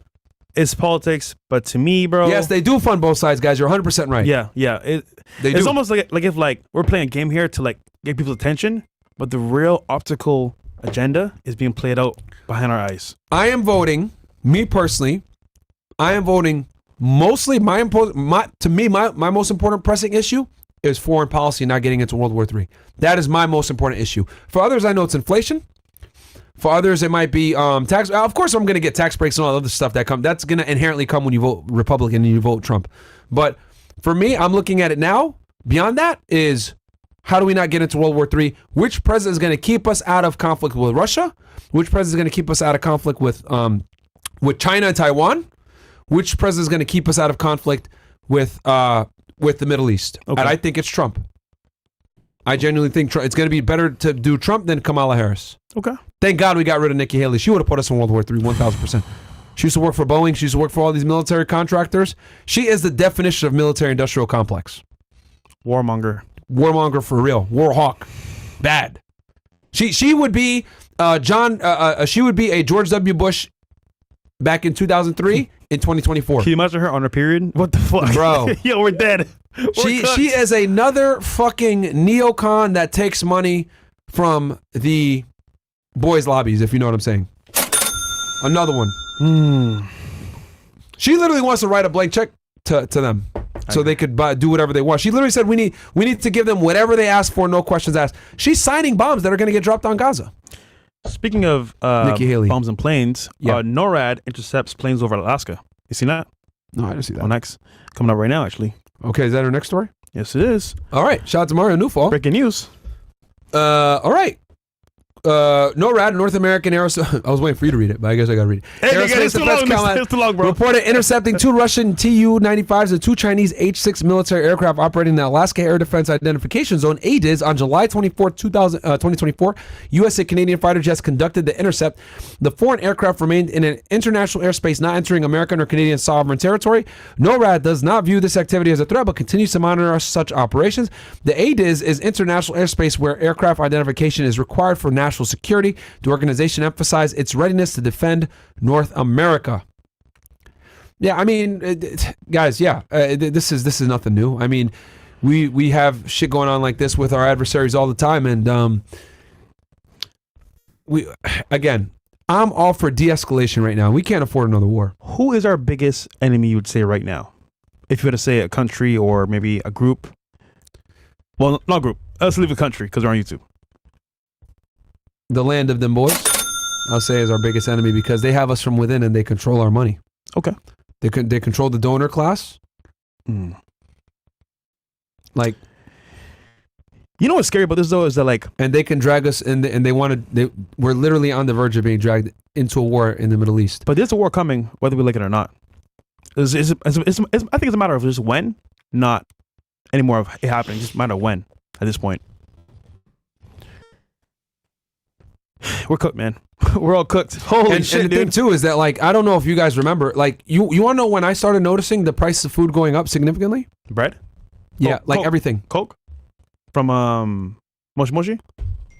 Was that it? Oh, well, no, not that. Okay. I mean, but I guess that's a funny joke. But he's talking about the Diet Coke. I noticed the price. I was like, what the fuck is this? Fucking a lot of money. No, but I noticed when the food prices started going up. You want to know when? When Russia invaded Ukraine. Okay. Actually, I noticed it immediately. Real estate, food prices started going up. Getting labor and getting actual materials, bro. Yes. Terrible, bro. The cost of building a house skyrocketed. Double. Yeah. Triple. Getting lumber, getting a bunch of that stuff. When Russia invaded Ukraine, guys, I don't know if y'all notice it, but go back and look at food prices prior to Russia invading Ukraine, and you're gonna see that bread, milk, eggs, etc., the essentials, they were significantly cheaper before Russia invaded Ukraine. Hey, folks, read your Bibles, man. It's a lot of shit happening right now. And yes, someone in the chat, thank you. Someone's aware. Yes, Ukraine produces a lot of fucking wheat. And guess who controls that now? Russia controls a lot of the resource-rich areas of Ukraine in the east. They're using. We brought Jackson Hinkle in here, as you guys know, probably one of the best geopolitical commentators when it comes to Russia, Ukraine, and that part of the world. He's been out there too. He literally came back from. Yeah, he was literally in the Donbass region. He was just there. They're using rubles now, guys. Yeah, no more. No more. I don't know what the fuck Ukrainian dollars are what they're called, but they're using Russian currency now, guys. That's it. And when you start using the currency of the country that came in and invaded, that's a wrap, bro. That is all effectively Russia, and we need to go ahead and just come to an agreement and say, all right, Zelensky, bro, you gotta have to take this out, man. Y'all niggas lost. You know what's crazy? It's over. People are worried about a girl breaking up with them. Girl ghosting them, maybe getting back in school. Nigga, this shit's happening right now in front of your eyes. This is really bad. Dude lost 25% of his country, bro. Yo. Hey, man, this is what it is. Hey, you want to be tough and get aid? There you go. Yo, they lost 25% of their country. And yo, you remember that time we had those Ukrainian girls in here? And they got all mad. We're winning the war. And they fucking called me an asshole. And they got up and they walked out of here crying. And then a bunch of niggas in the chat were calling me an asshole. Byron, you don't know nothing about geopolitics. You're fucking wrong. Russia's not winning like that. Shut the fuck up. They're using rubles on that side of Ukraine now. Assholes. That girl I fucking told y'all for years when I brought Scott Ritter here, when I brought Jackson Hinkle here, when I brought Gonzalo Lira here. Yeah. We were one of the Rest in first peace to him. podcasts. Rest in peace to Gonzalo Lira. We were one of the first ones to put y'all on with all these guys. A lot of you go, these are just Russian shills. These guys are Russian shills. You're bringing these Russian agents on your podcast. Russian propaganda. Ukraine's winning, man. You're stupid. Yeah. Tell me why even mainstream media now is fucking reporting that they've effectively lost almost a quarter of their land. Quarter of their country's gone.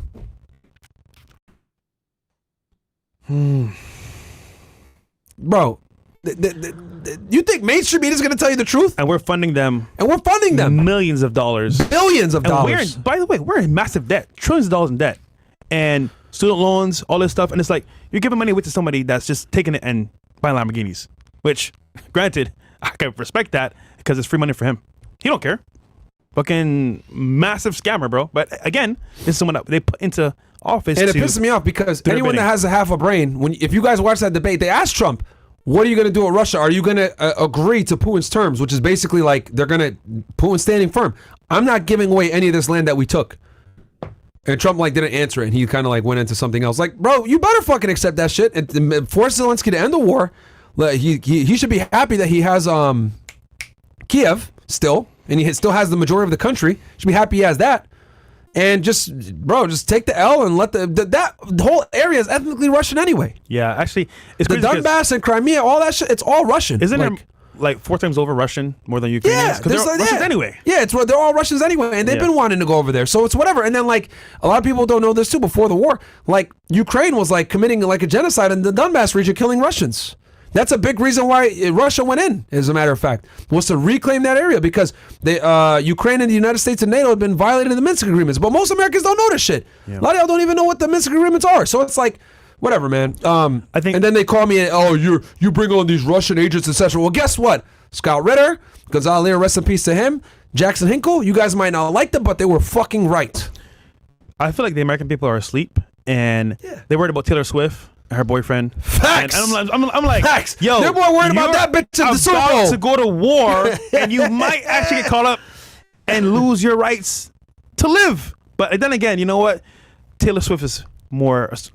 You're right on the radar. Bro, than the war itself. They're more concerned with her at the Super Bowl than what the fuck is going on. Hey, chat. You need multiple passports. Read the Bible, man. And find a way out as soon as possible because you never know, bro. Guys. We got Conor McGregor coming on. I locked that in. I just gotta find a date. But he is gonna come on the podcast. Also, I'm gonna have Andrew Bustamante on here on fucking Thursday. We got y'all, baby. Let's go. Former CIA officer. We got Andrew Bustamante is gonna be here on Thursday, and then Colonel McGregor. I'm talking with his people. We're gonna bring him on as well, bringing you guys heat. And then Friday, you want to say who it is? We got Cali Muscle on Friday. Let's go. So don't worry, guys. We got y'all ninjas, man. Okay. What's the next story? Trump assassination getting fact checked on Meta.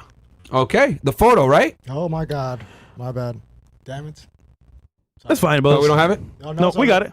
He just brought up the wrong thing.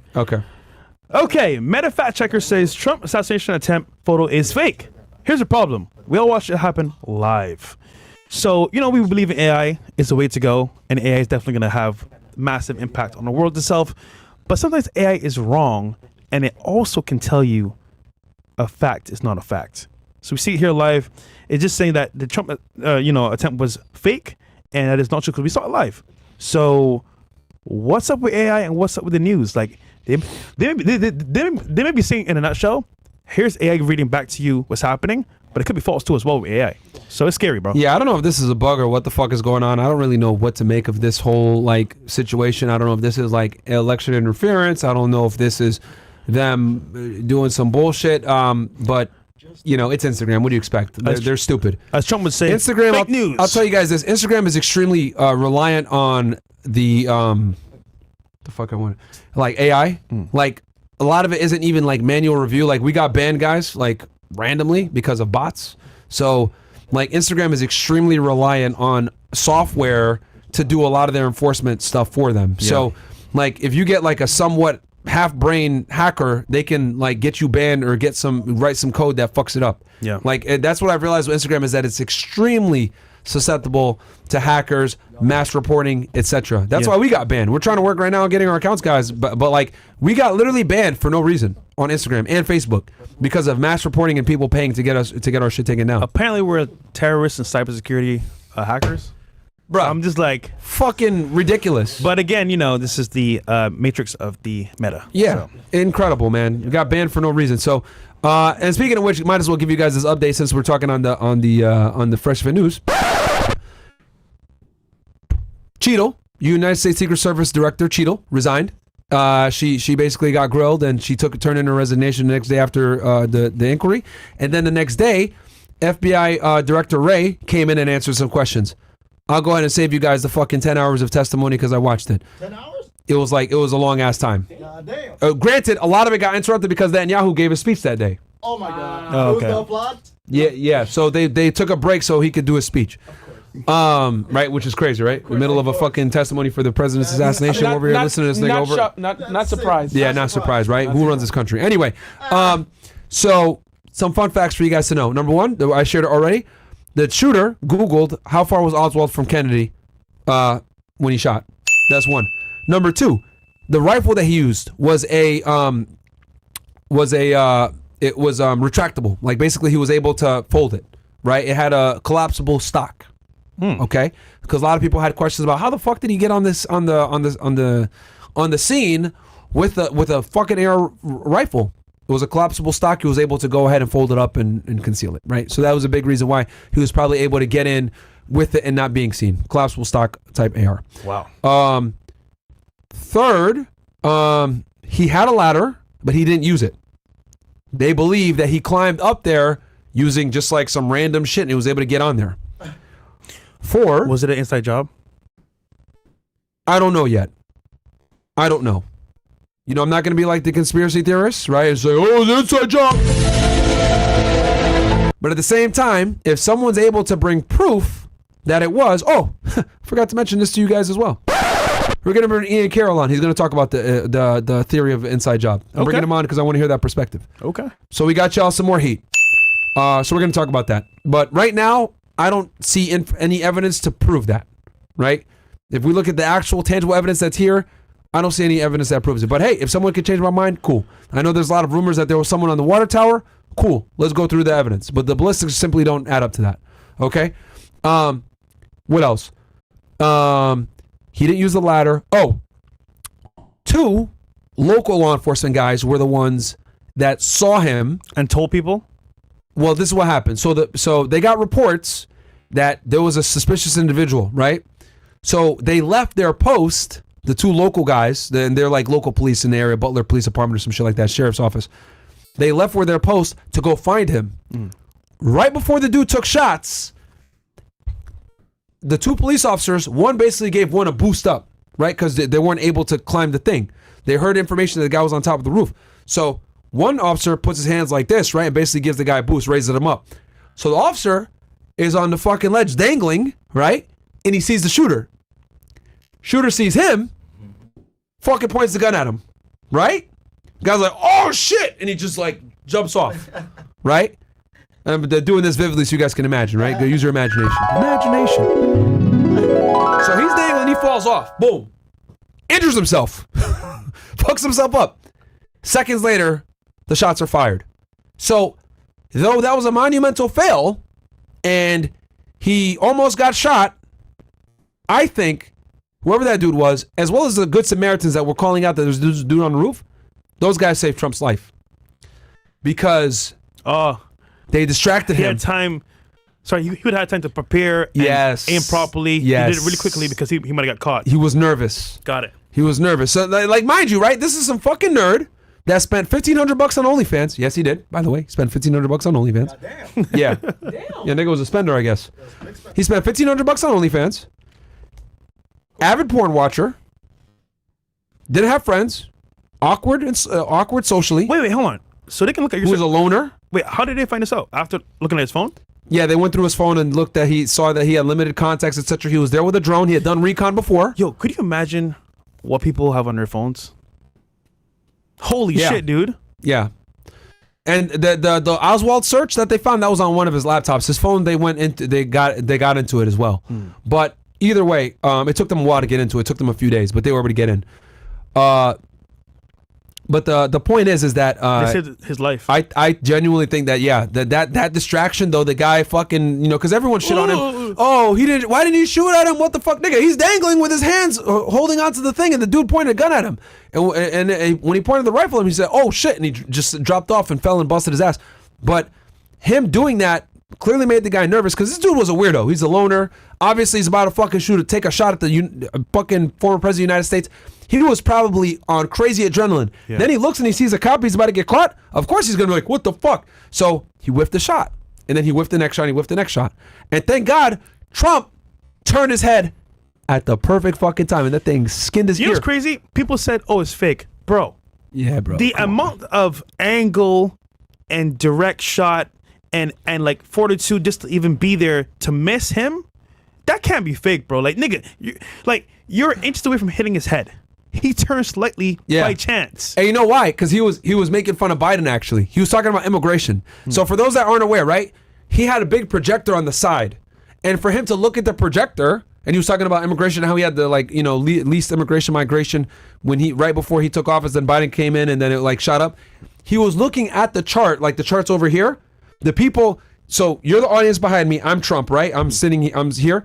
Chart's over here, and let's say the podium is over here. I'm talking and looking at the thing and twisting my head to look at it.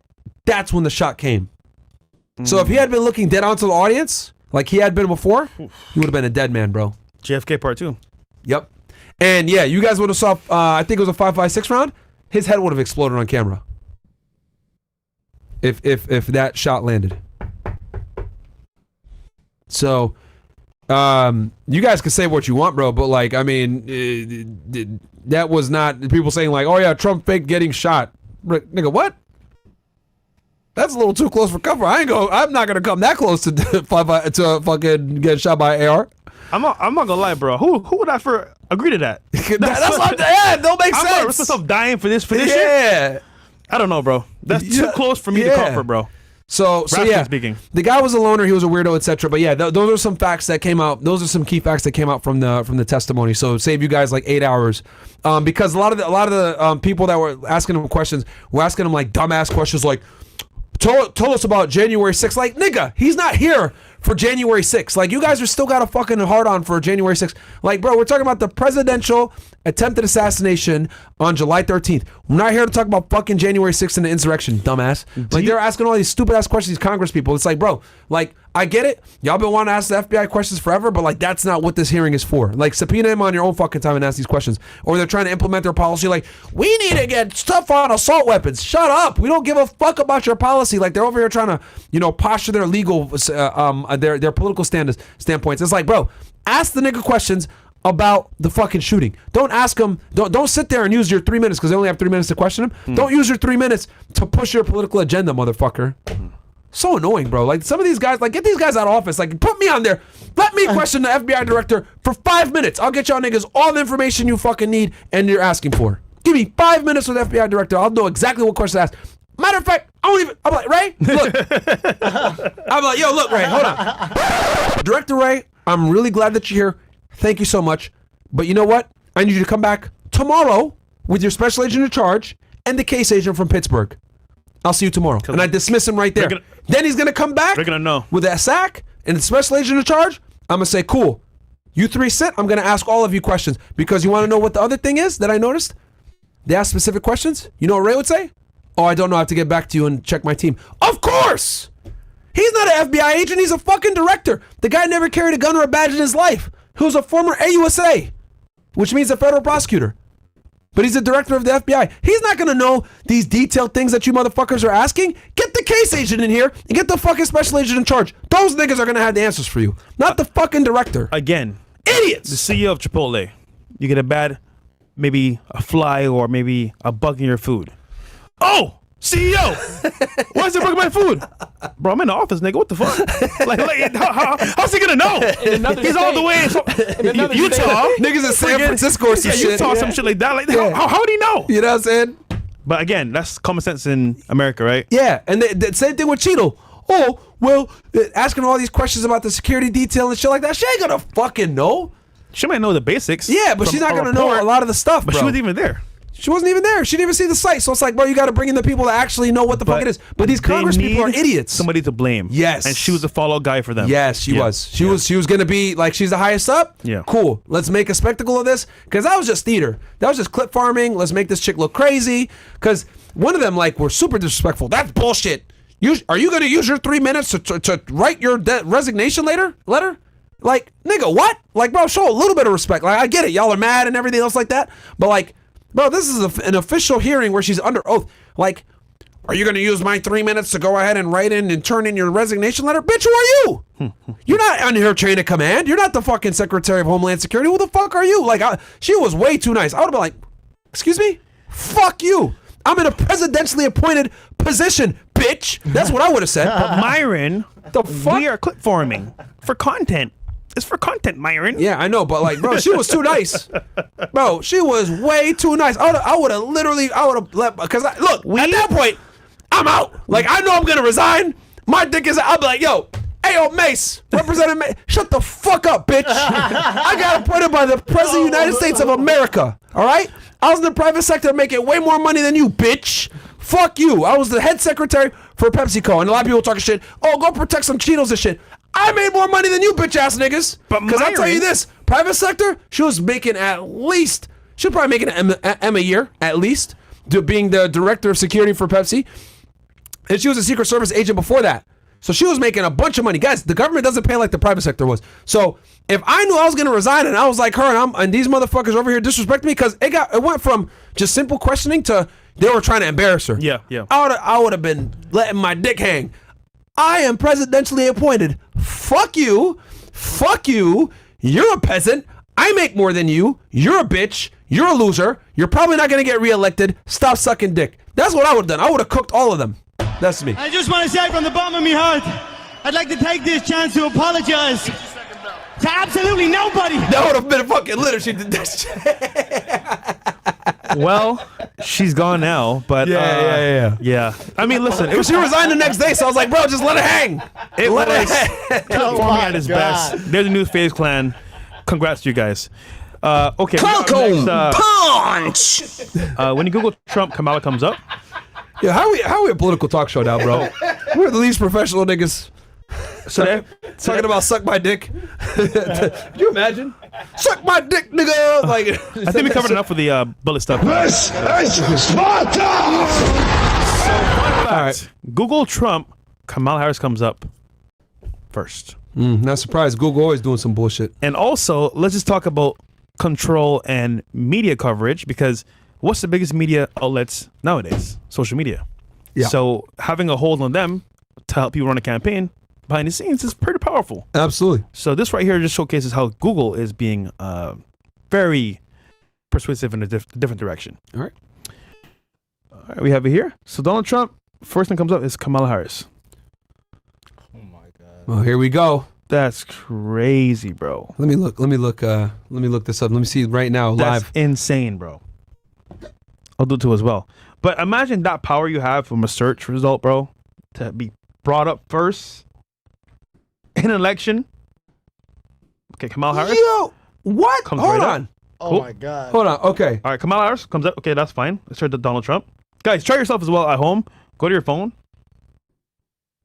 All right. So I'm about to hit enter, right? I go President. I'll do it here. Yep. President Donald Trump, as y'all can see, right? Okay. I'm gonna hit search. Nigga, what? Yeah. She's first. Yo! So on some phones, you're gonna see Trump in the first slide, but if you go to the right, you're gonna see Kamala Harris right away. So Kamala's actually in the top tags for Trump. And then it goes news about FBI Donald Trump. Like, bro, what the fuck? Yo, this is crazy, by the way. Oh, Trump agrees to be interviewed by the FBI. Damn, niggas didn't. Okay, as the victim. That's wild. Wow. And y'all think Kamala ain't gonna get some votes? Man, y'all. And then you gotta scroll down more to actually see Trump shit. Bro. Yo. This how it starts. And y'all think Kamala, bro, she getting some votes, bro. Oh yeah, she is. She getting some votes. I'm telling you, bro. She is. And here's the other thing. She hasn't even officially been put as the Democratic nominee. Guys, the DNC isn't until look at type in DNC real quick, 2024. I don't think it's until mid-August. I think though in the US it works that way for some people, but outside the US it's normal. Like you vote Trump, sorry, you search Trump, it's normal. But in the US that's only for us. August 19th. August 19th is the DNC. Yeah. Democratic National Convention, which I'd like to go, but I don't think they'll let me in. Yeah, they probably won't. They definitely won't. It's better you don't go. Yeah, it's better you don't go. That's fine. But either way, that's crazy to buy. Yeah, that's crazy. wild. Okay. But again, social media control. Social media control. Bro.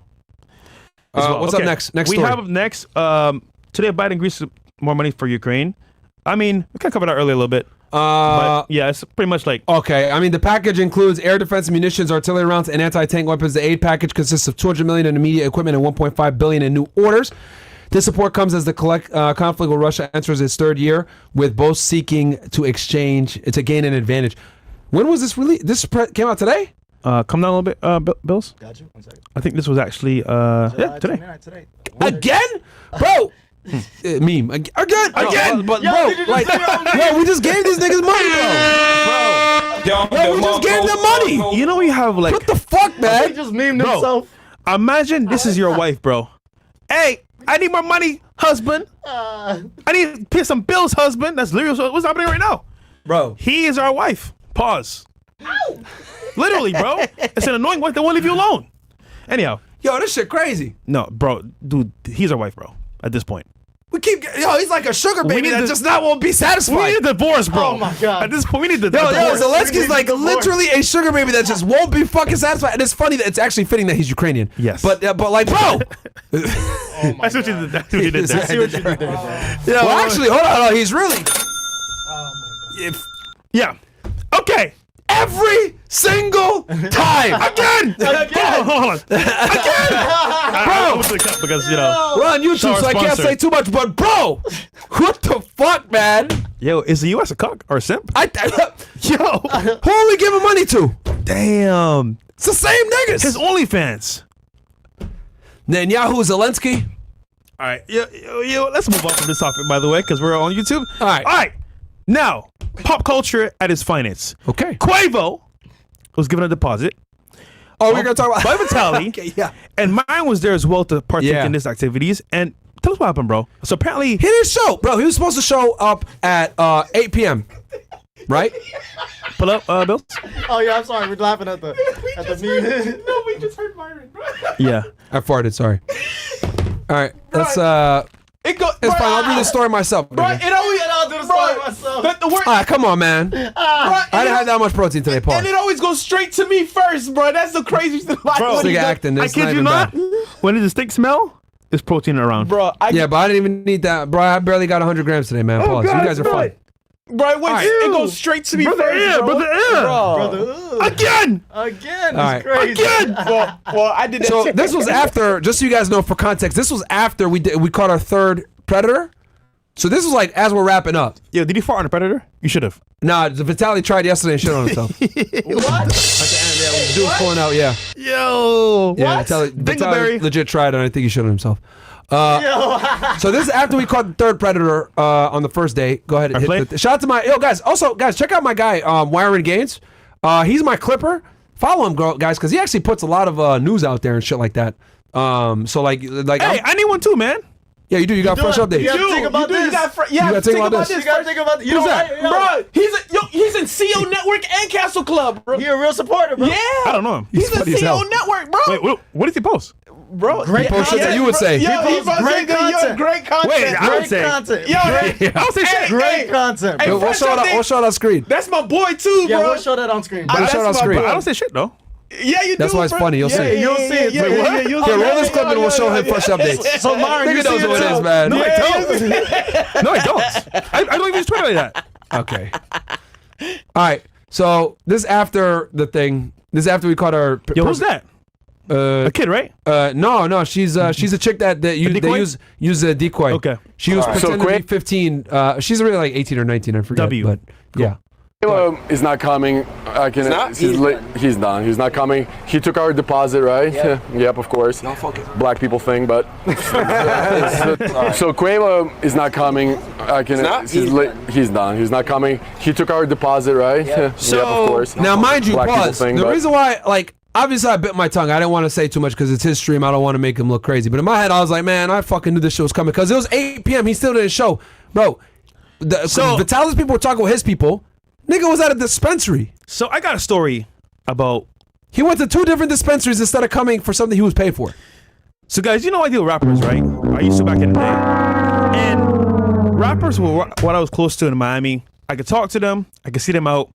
That is why I chose rappers, because I didn't know anybody else in the industry that was popping. And I'm new to Miami as well. So I need to get my feet wet, right?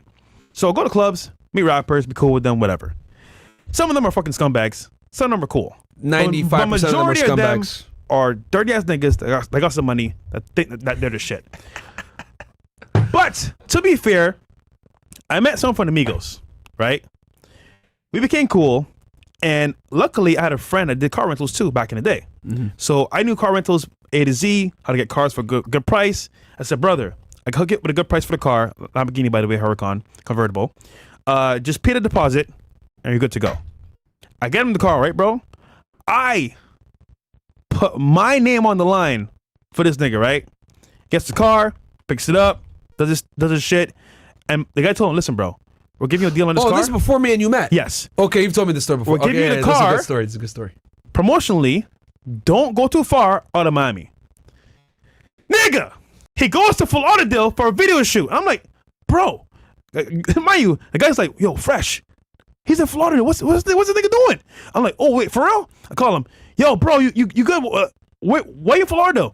Oh nah, bro, we need some Zaza, and these girls want to do a video up here. I'm like, bro, the guy told you don't go back to Miami. But again, his nigga mentality is, I'm that nigga, bro. I could buy a Lamborghini. He said, yeah, bro, I could buy 10 of these. Well, go buy them then, nigga. Why you need that car? Anyhow, so he's over there, Zaza and these dumb bitches, whatever. Then I'm like, bro, you know what? What year is this? This is like 2019? This is like when I started doing Gold Digger pranks. So maybe like 2018, 19, 18, like around there. Okay. So I'm like, bro, just bring the car back, bro. Just bring the fucking car back. Because your name's on it. Yeah, because it's me, right? Oh, no, bro, don't worry, bro. I'm going to come back down to Miami. Don't sweat nothing, bro. You know what I'm saying? We good. So I tell the owner, listen, bro. He says he's coming back in a little bit. All right, he just made a video shoot. He'll be back soon. Comes back and is like, all right, bro, I'll bring the car back tomorrow. I said, all right, bro. He'll bring it back tomorrow. Don't sweat. I'm going to stay on his ass. Get the car back. Mind, he's speeding past the limit, doing dumb shit. What kind of Lambo was it? A Huracan, yeah, Huracan. Basically, Huracan with a convertible, right? Real quick for the audience, how much is that worth, etc. back then? Back then, it was like maybe like 180. Okay. Like around there, brand new. Okay. 150. But you're working at Chick-fil-A, right? Yeah, I'm working. Were you Chick-fil-A at this point? Or No, were you at? I was at home insurance. I was doing a house insurance for citizens. How much were you making a year at this point? $15 and no, I was making $14 an hour. Damn, nigga, you let nigga, I was sweating. And you but hold on, I had savings. I didn't do no dumb shit. Yeah. So I had some money put aside for like investing, you know? Yeah, but you didn't buy your first house yet, right? No, I didn't buy the property yet. So I was saving money for the property. I'm like, nigga, want to fuck my shit up. Yeah. Anyhow, so then I'm like, all right, bro, praying this nigga brings the car back fine because obviously my neck is on the line. Yeah. So then I call him in the morning. No answer. Mind you, luckily, I had a tracker in the car. So we knew where it was. It was in Midtown at this complex. And I'm just like, bro, we're going to get this car right now. Me and my boy, my homeboy. And in Miami, he was in Midtown. Yes. And you know what's funny? Casey was with me. Yes. So Casey and me are like, fuck, bro. Was that one of the scammer buildings? This is back when. Yes. So just quick little note for you guys. Midtown is like where all the scammers live. Not anymore. It's fixed now. Yeah. It's like better now. But it had no barrier to entry. So like, okay. Yeah, money could get there. So in Miami, right, guys? Like there's certain neighborhoods that you just can't get into if you don't have like a certain credit score or etc. Like a lot of the buildings in Brickell, for example, run pretty thorough background checks because there's a lot of scammers here. Yeah. A lot of people that don't have real jobs. People fake their bank statements. Like there's so much fraud in Miami. So like in Brickell, especially, they're very militant on references, background checks, etc. In other parts of Miami, they're not like that. Midtown used to be where you go, where you could have a good building, but like you don't have to go through the stringent background checks. Yes. So a lot of scammers, strippers, drug dealers, hackers, criminals, like all of them live in Midtown. Like all the crooks live in Midtown that make like money. They live there because they could get around the background checks. So this dude had the Lambo parked in one of the sketch buildings that the scammers live at in Midtown. So now it's better, but like because obviously this is pre-COVID, guys. This is before everyone moved here. Yep. So just give that context. Sorry. Well said. So now. Were your red flags like going crazy when you saw the building he was at? Bro, I was scared shitless. I was like, hold on, is it even here? Because you know these niggas to take it out and then like run. Okay. So you never know. So you didn't even think the car was there when you started that building? Nah. So you want to tell the chat? You want to tell these niggas what building it was at?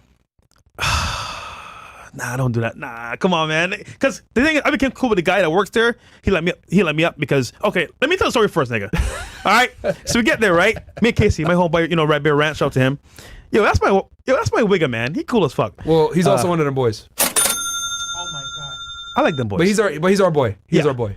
So then we pull up to the spot, and there's a garage limit, right? So there's like the 5th, 6th floor, and then past that you need like a key to go into the actual like upper floor where there's like the top level ceiling parking lot, which is the garage parking lot, right? So at the very top there's a barrier to entry. So we drive up the whole garage, and we know the car is here. But we want to see the top level. We can't see it. So I go back down, talk to the manager. I was like, listen, bro, this is happening. He said, you know what, bro? I got you. He lets me up. The car is parked there in the corner all the way in the back. Like, you got to, like, go up the slant and look all the way in the back to the side to see the car. Yeah. Like, it's parked far away. So he knows what he's doing. Because at this point, it's like, yo, bro. Why'd he do that? So y'all couldn't find it? He didn't answer the phone. We call him all morning. Mind you, if I'm correct, it's supposed to be back by 11 a.m. It's like 1, 2 p.m. now. Now I sent a phone call, and finally... So he didn't know that y'all had a tracker on it? He didn't know. Okay. So we're waiting for an hour, just sitting by the car. We're about to call the cops too, by the way, as well, right? And then finally he comes outside, half awake, like, white vest on, the white beaters, fucking nigga shit, with some Adidas slides and some slacks, right? He didn't even know that we were there. He's like, oh, what's good? I'm like, nigga, you didn't answer the phone call. He's like, yeah, I was sleeping, bro. Like, what's good? I'm like, nigga, you must bring the car back. He's like, oh, yeah? Oh, shit, man, I forgot about that. I'm like, bro, no, mind you, this is my neck on the line. I'm being nice to you, bro, showing you love, do some marketing. You said, you think he came out like, was he drunk? Was he high? He was lit, bro. He's probably high. He probably had a crazy night with some girls. I don't know, bro. Anyway, so I'm just like, bro, we need the key for the car. We're taking it back. He's like, nah, bro. I'm like, what do you mean, nah, bro? He's like, oh, no, I need it for a little bit more. I said, dude, I'm about to call the cops with the owner, bro. Like, what are you talking about? So it's just you and Casey there? Me and Casey. Bro, he gets mad. He's like, nigga, you know who I am? Yo, I'll never forget this, bro. The nigga picked up, I think it was a bottle of like lean and slammed it on the car. I'm like, nigga, I could buy 10 of these. I'm like, first off, nigga, this is not my car. This is, actually, well, it wasn't my car, but I know the owner. And it's like, I could buy 10 of these, nigga. And I'm just like, he slammed a bottle of lean? I'm like, a bottle or the cup? A bottle, like a Sprite bottle with some lean in it or whatever, just slammed it on the car. So it's smash glass. Or was it plastic? Plastic. Oh, thank plastic. God. Oh.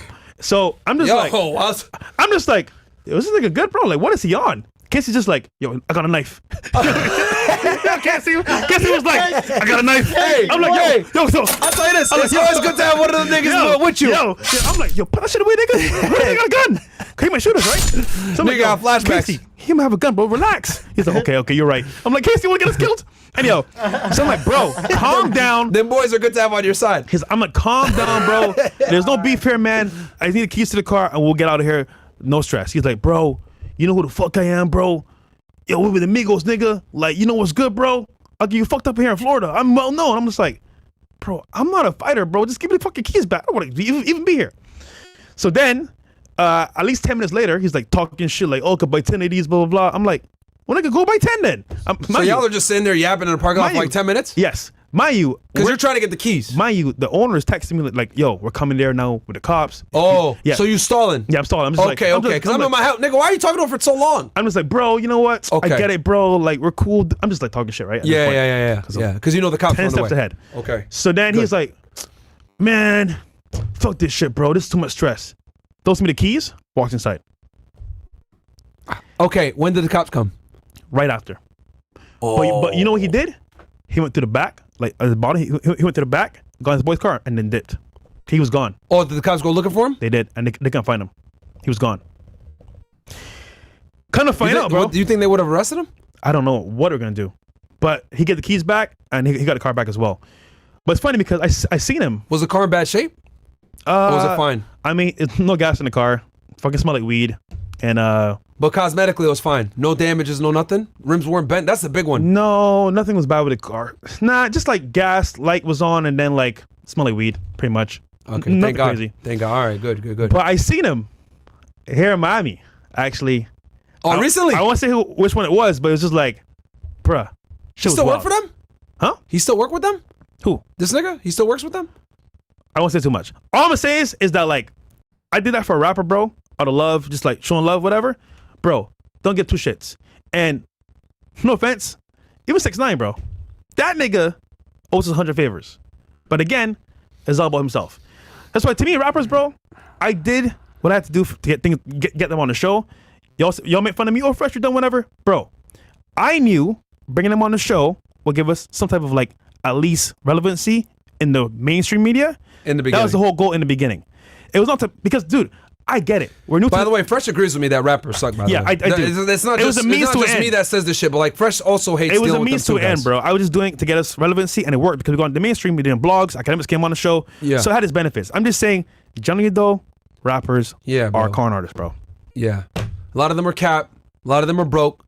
A lot of them are stupid. But they do a lot have of them a stink. hold on culture and blogs. Some of them do. Yeah. So it does have its merit. And sometimes it opens up doors for other situations. Yeah. I mean, so that's my story on rappers, bro. And I legit, bro. I'm sorry. 6ix9ine does owe you. You want to tell them? No, I won't go to that. But that's my story on rappers and why I personally don't like working with them. See how kind Fresh is, man. Myself, he didn't man. notice how he didn't put this nigga on blast, even though he could have. It's cool though, bro. But yeah, again, Quavo not showing up. I'm not even surprised, Par bro. for the course, yeah. Par for the course. I'm not surprised, bro. Like they're just bad business, bro. Yeah. And they gave him a deposit. Thank God they used the intermediary. They were able to get the money back. Okay, good. Yeah. They used it. Yeah. They used the intermediary and they got the money back. But like, bro, that's fucking crazy, bro. Like, but again, you know, unless you know these people in the industry, you won't know them how they really are. Because on camera, it's like, oh, this nigga lit, whatever. Oh yeah, nah, they're pieces of shit, guys. These dudes are like, you gotta remember, bro. Like a lot of these dudes use drugs, so like they're not even sober half the time. Like they use lean. They're high. Yeah. They're coked out, perks, whatever. Like these people are not in their right mind most of the time. Yeah. So since they're not in their right mind most of the time, they make bad decisions most of the time. You know what I mean? When you're on drugs, bro, all the time, and you're doing and lean and all this other shit, like you don't really care about holding on to agreements. You don't care about doing right by people. Like Fresh told him, yo, the car needed to be back here by 11. Wait, what? Oh, sorry, bro. I don't care. Like, I don't care. And then he has the gall to say, oh, I still need the car. What? Yo, I wish the cop showed up, bro. That would have been hilarious. Did he bro. even pay? No. Just so, like, he paid the deposit and that was it. He didn't pay the full. Y'all kept the deposit, right? Hell yeah. How much was the deposit? Like $600. Oh man. Wasn't even that much. Yeah, that'll pay for the gas and back shit. then, a Lambo to rent it, bro, was like $1,800. Oh, so you were able to get it for a full day and a half, bro. For $600. Yeah, it's $1,800. That's an owner deal, bro. That's what owners pay for like their own cars sometimes. Just to showcase to like investors. Like, I don't know, bro. It's like not even worth it. Yeah. But now I'm dealing with actors and celebrities. So there you go. Better off. That's how you guys saw A-Train here last week. Yeah. What else do we got here? Should we read chats? We could. Yeah, we could. Yeah.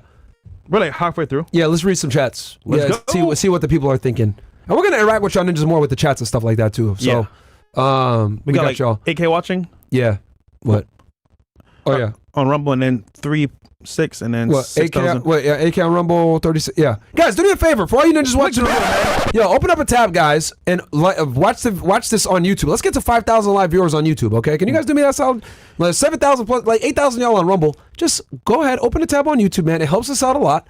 Like the video. And the main event, MrBeast, Kris Tyson coming up soon. Yes. Main event. So, okay. So yeah, but yeah, bro, I knew this dude was on some bullshit when they told me that he went to 2 different dispensaries. Like, bro, these niggas are fiends, bro. Like, they're fiends, Shout man. out to YG, because from what I heard, he's always on business. YG's always on business. Doing his Really? thing. Okay. Like, he shows He's a up. stand-up dude. Yeah. He don't like take money and run none of that bullshit? Nah, YG's solid, from what I heard. I'll tell you, he was personable. He was a nice guy. So, yeah, I got nothing bad to say about him. He almost beat up those pedos though, which is not good. Yeah, he don't play, bro. Yeah, him and his boys wanted to like beat these niggas. Bro, if we weren't there, I think they would have beat him up. So damn. Yeah, that'd have been a lawsuit. I'm glad. Yeah. It would have 100% been a lawsuit. Holy. Yeah, because once those dudes figured out who he was, they would have like, oh, we're coming back for a bag now. Yeah, especially California. Oh yeah, don't play. I don't know where the memes went. Yet many thought that Harris would replace Biden because he's too old. It's also possible they made him that way. Okay. Ooh. Yes, Lee. Martin, did you hear anything about CNN live streaming that event and that being the first time they live streamed one of Trump's rallies in like over 3 years? I can't find out if it's true or not. Big WFNF. I don't know, but I know CNN like they love putting Trump on because that's when they get views. Nobody watches CNN no more. Yeah. Fuck out of here, man. It's not 2002 anymore. No, disrespecting religions and religious figures isn't done in schools because you'd get knocked out, let alone nationally or internationally, because it's not diplomatic. It's uncivilized. Yeah, man. It's stupid. Yeah. Dania.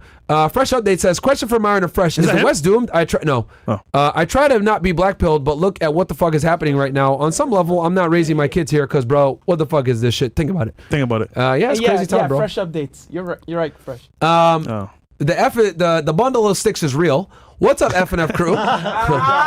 Living costs in NYC is like drowning with an 80-pound vest on. I've been working since I was 13 years old, and I'm 31 now. Usually work 3 jobs, but since my son was born this year, I've had to scale back since my wife is a teacher. I got 3 kids I'm responsible for. Fuck handouts. Any suggestions on how to make money from home? I really appreciate it. You're going to need a service-based online business, bro. No way. Yeah, you're going to have to. They didn't. I didn't even notice Fresh was it. I'm in it. Oh, my. Oh, wow. Well, you did dress up as Jesus for Halloween, which is kind of funny. Blasphemy. Blasphemy. Okay. Netanyahu was applause 81 times in Congress. Yep, he was there for the show. Kamala Ding Dong raised $81 billion for president campaign after Biden dropped out. Biden's 81 years old. Biden also got $81 million vote in 2020. Coincidence? What the heck? Okay. Looking forward to August 10th, fellas. Big up to everyone in the studio. Okay, yes. big things. We're going to see you there for the yacht party. August 10th. Speaking of which, August 10th, guys, get your tickets right now. FNFpod.org. We'll drop the link in there for you guys. Come on in, join in, man. Only $9.98 at less than $1,000 to going into the yacht party. Open bar, bunch of girls, free food, 130-foot plus yacht, 3 stories, 9 p.m. to 1 a.m. Saturday night. It's going to be lit. We're going to be IRL stream. We're going to bring on some other influencers. It's going to be fucking lit. So you guys better fucking come. All right? And VIP is closed, by the way, VIP is closed, guys. So get in on the general admission. Only $1,000, bro. That's fucking chunk change, man. Yep. That's not that much money to meet us, hang out with us, come to a party. Hell, y'all don't even gotta like us. But we're gonna have a bunch of girls there in free open bar. That in itself is worth the money. Listen, you being on a yacht is high status in itself. Because they're gonna be like, damn. Yeah. With the ratio of girls we're gonna have, bro, they're gonna be wanting to talk to you. Icy, how are we looking for girls? Icy's here. She's helping us with recruiting with the girls. How are we looking? It's good. Good? All right. Cool. All right.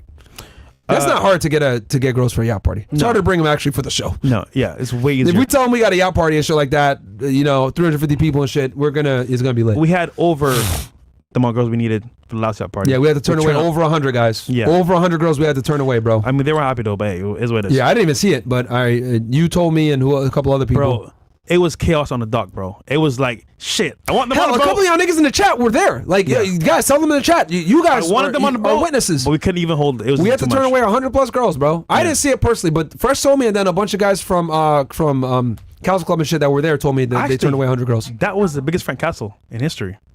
120. Shit. Yeah. Should have been 109. Oh my God. Okay, let's go. Fresh. Want to know something about the Gerald Fold video? That speech was given in the Herbert Hoover Library. Herbert Hoover died the same day Kamala Harris was born. Okay. Damn. You guys are looking at what the niggas over here cross-referencing. You can't see Fresh in his yearbook photo. What the fuck? Listen, man, I'm a nigga, bro, but Fresh is extra nigga. He's nigga deluxe, nigga ultimate 3000 prime. That's not me, bro. What the fuck? Yo, who is that? That look just like... No, I'm playing. That's not... I don't wear glasses. Bro. The streets are saying that Mr.Beast knew Kris was a freaky nigga and didn't do anything to avoid losing brand deals. Thoughts on this? Fresh updates. That's the Twitter account. Yo, leave me alone, bro. Yeah.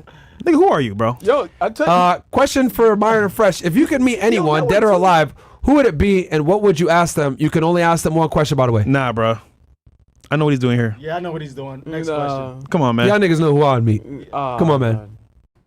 Y'all niggas know who I would be. All right, Fresh, I'll give you that. It's been a one-time party system in America, to Myron's point, in other convos. The reason America's one-party system is because of AIPAC. Ooh, facts. See? He's looking for facts right there, bro. Someone's aware of what the fuck's really going on.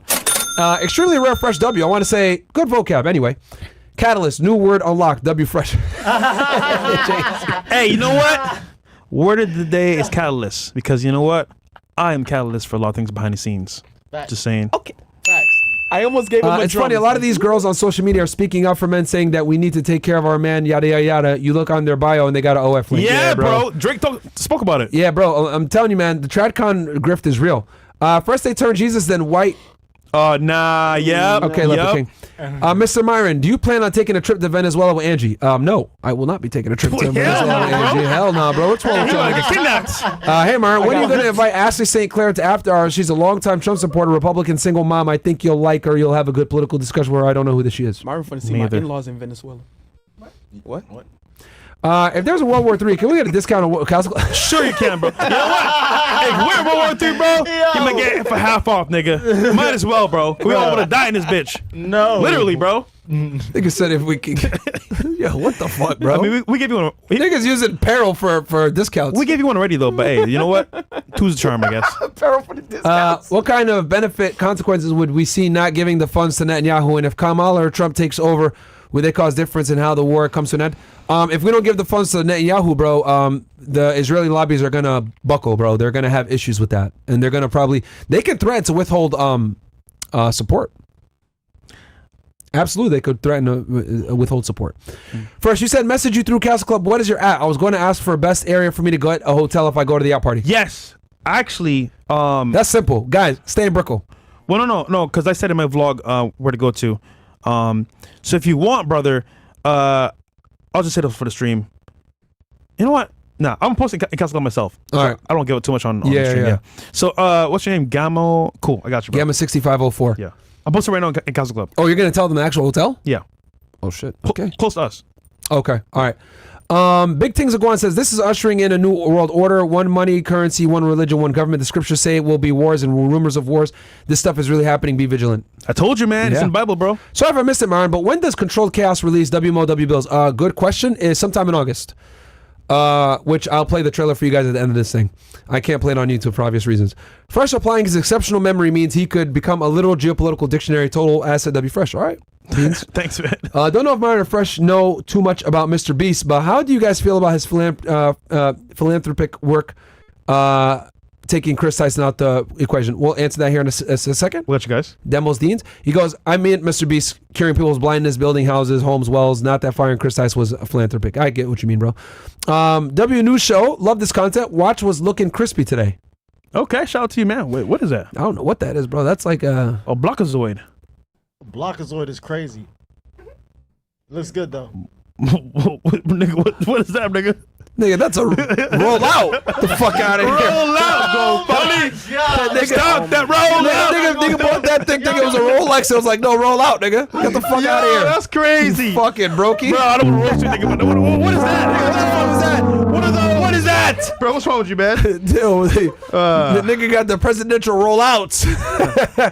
By the way, I don't know why Myron didn't mention about the Control Chaos huge W trailer. Can't wait till it comes out. Can you play it on air? I will play it on air. I can't play it on YouTube though. I'll play it at the end of the show. Dude on the left in all black has his nuts hanging out. You could see it in one of the thumbnail / videos. Okay. Honest question. How do you fight it when people are entitled to their First Amendment rights? We don't subscribe to cancel culture, right? Then the only way to protest is to boycott. What else do you recommend? Yeah, you got to boycott, bro. Just boycott the companies you don't fuck with. Simple. Searching Donald Trump in Google is also banned, bro. Crazy. Guys, thanks for everything the crew is doing. Is there anything being done to monitor the CastleClub chat? Seems like there's some ops in here posting stuff. Essentially trying to tarnish the community. Get them out of here, bro. If they are, get them out of there. After the Olympics, their payout for medal winners is pitiful. The enhanced games are the future. Yeah, I mean, guys, like, dude, look, guys, like, just don't post porn, please, in the CastleClub chat. I mean, especially when we're live on CastleClub. I'd appreciate that. That's weird, bro. Would y'all have another cooking stream? We was talking about high protein meals in CastleClub earlier. Also saw the Ninja episode y'all did a while back. Y'all should do another no glaze WFNF. The Olympics wokeness stole it from the athletes who struggled to make it there. Thank you so much, Douglas. We need a ninja rerun again, man. We will do it again. I got fun. Also, I want to say if account keeps posting like porn and stuff, DM me, send me names. Yeah, I want to know names. We're not Kris Tyson here.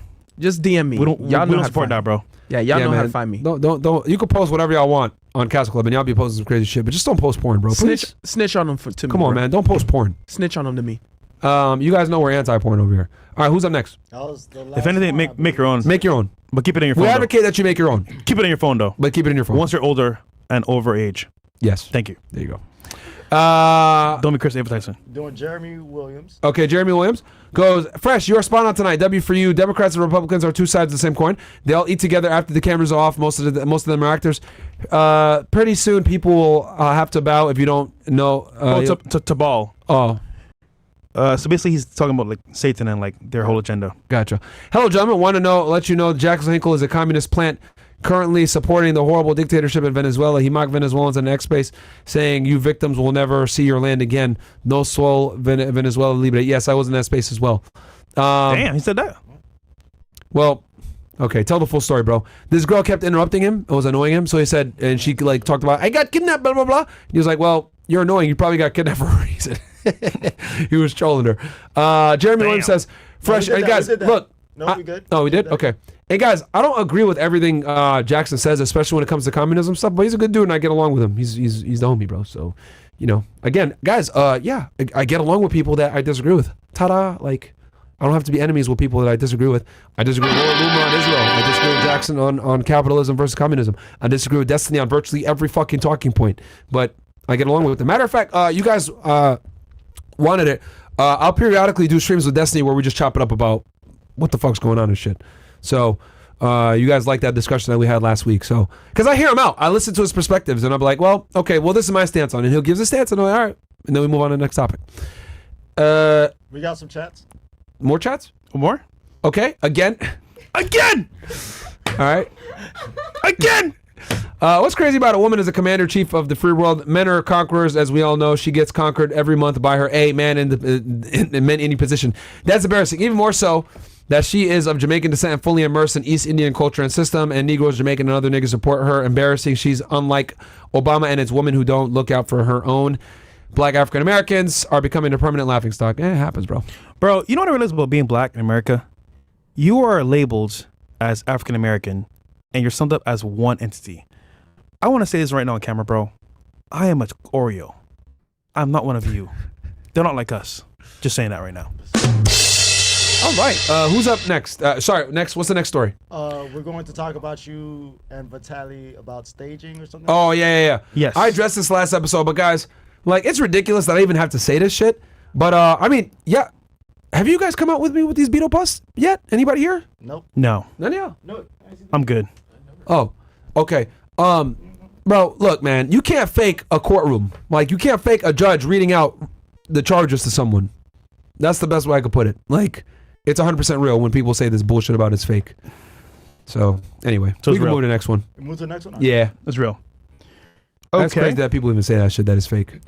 So, Sneako cooked fucking this boy, bro, man. He did an interview with Moist Critical. And they Moist Critical didn't put it up yet. The interview, he didn't put it up because he don't want it. He don't want to. He knows that he was sunned by Sneako. So let it rip. I'm talking about your personal beliefs. Do you think someone in their 20s should be able to marry a 15 or 16-year-old? To someone in their 20s should be, I mean, I personally wouldn't do it.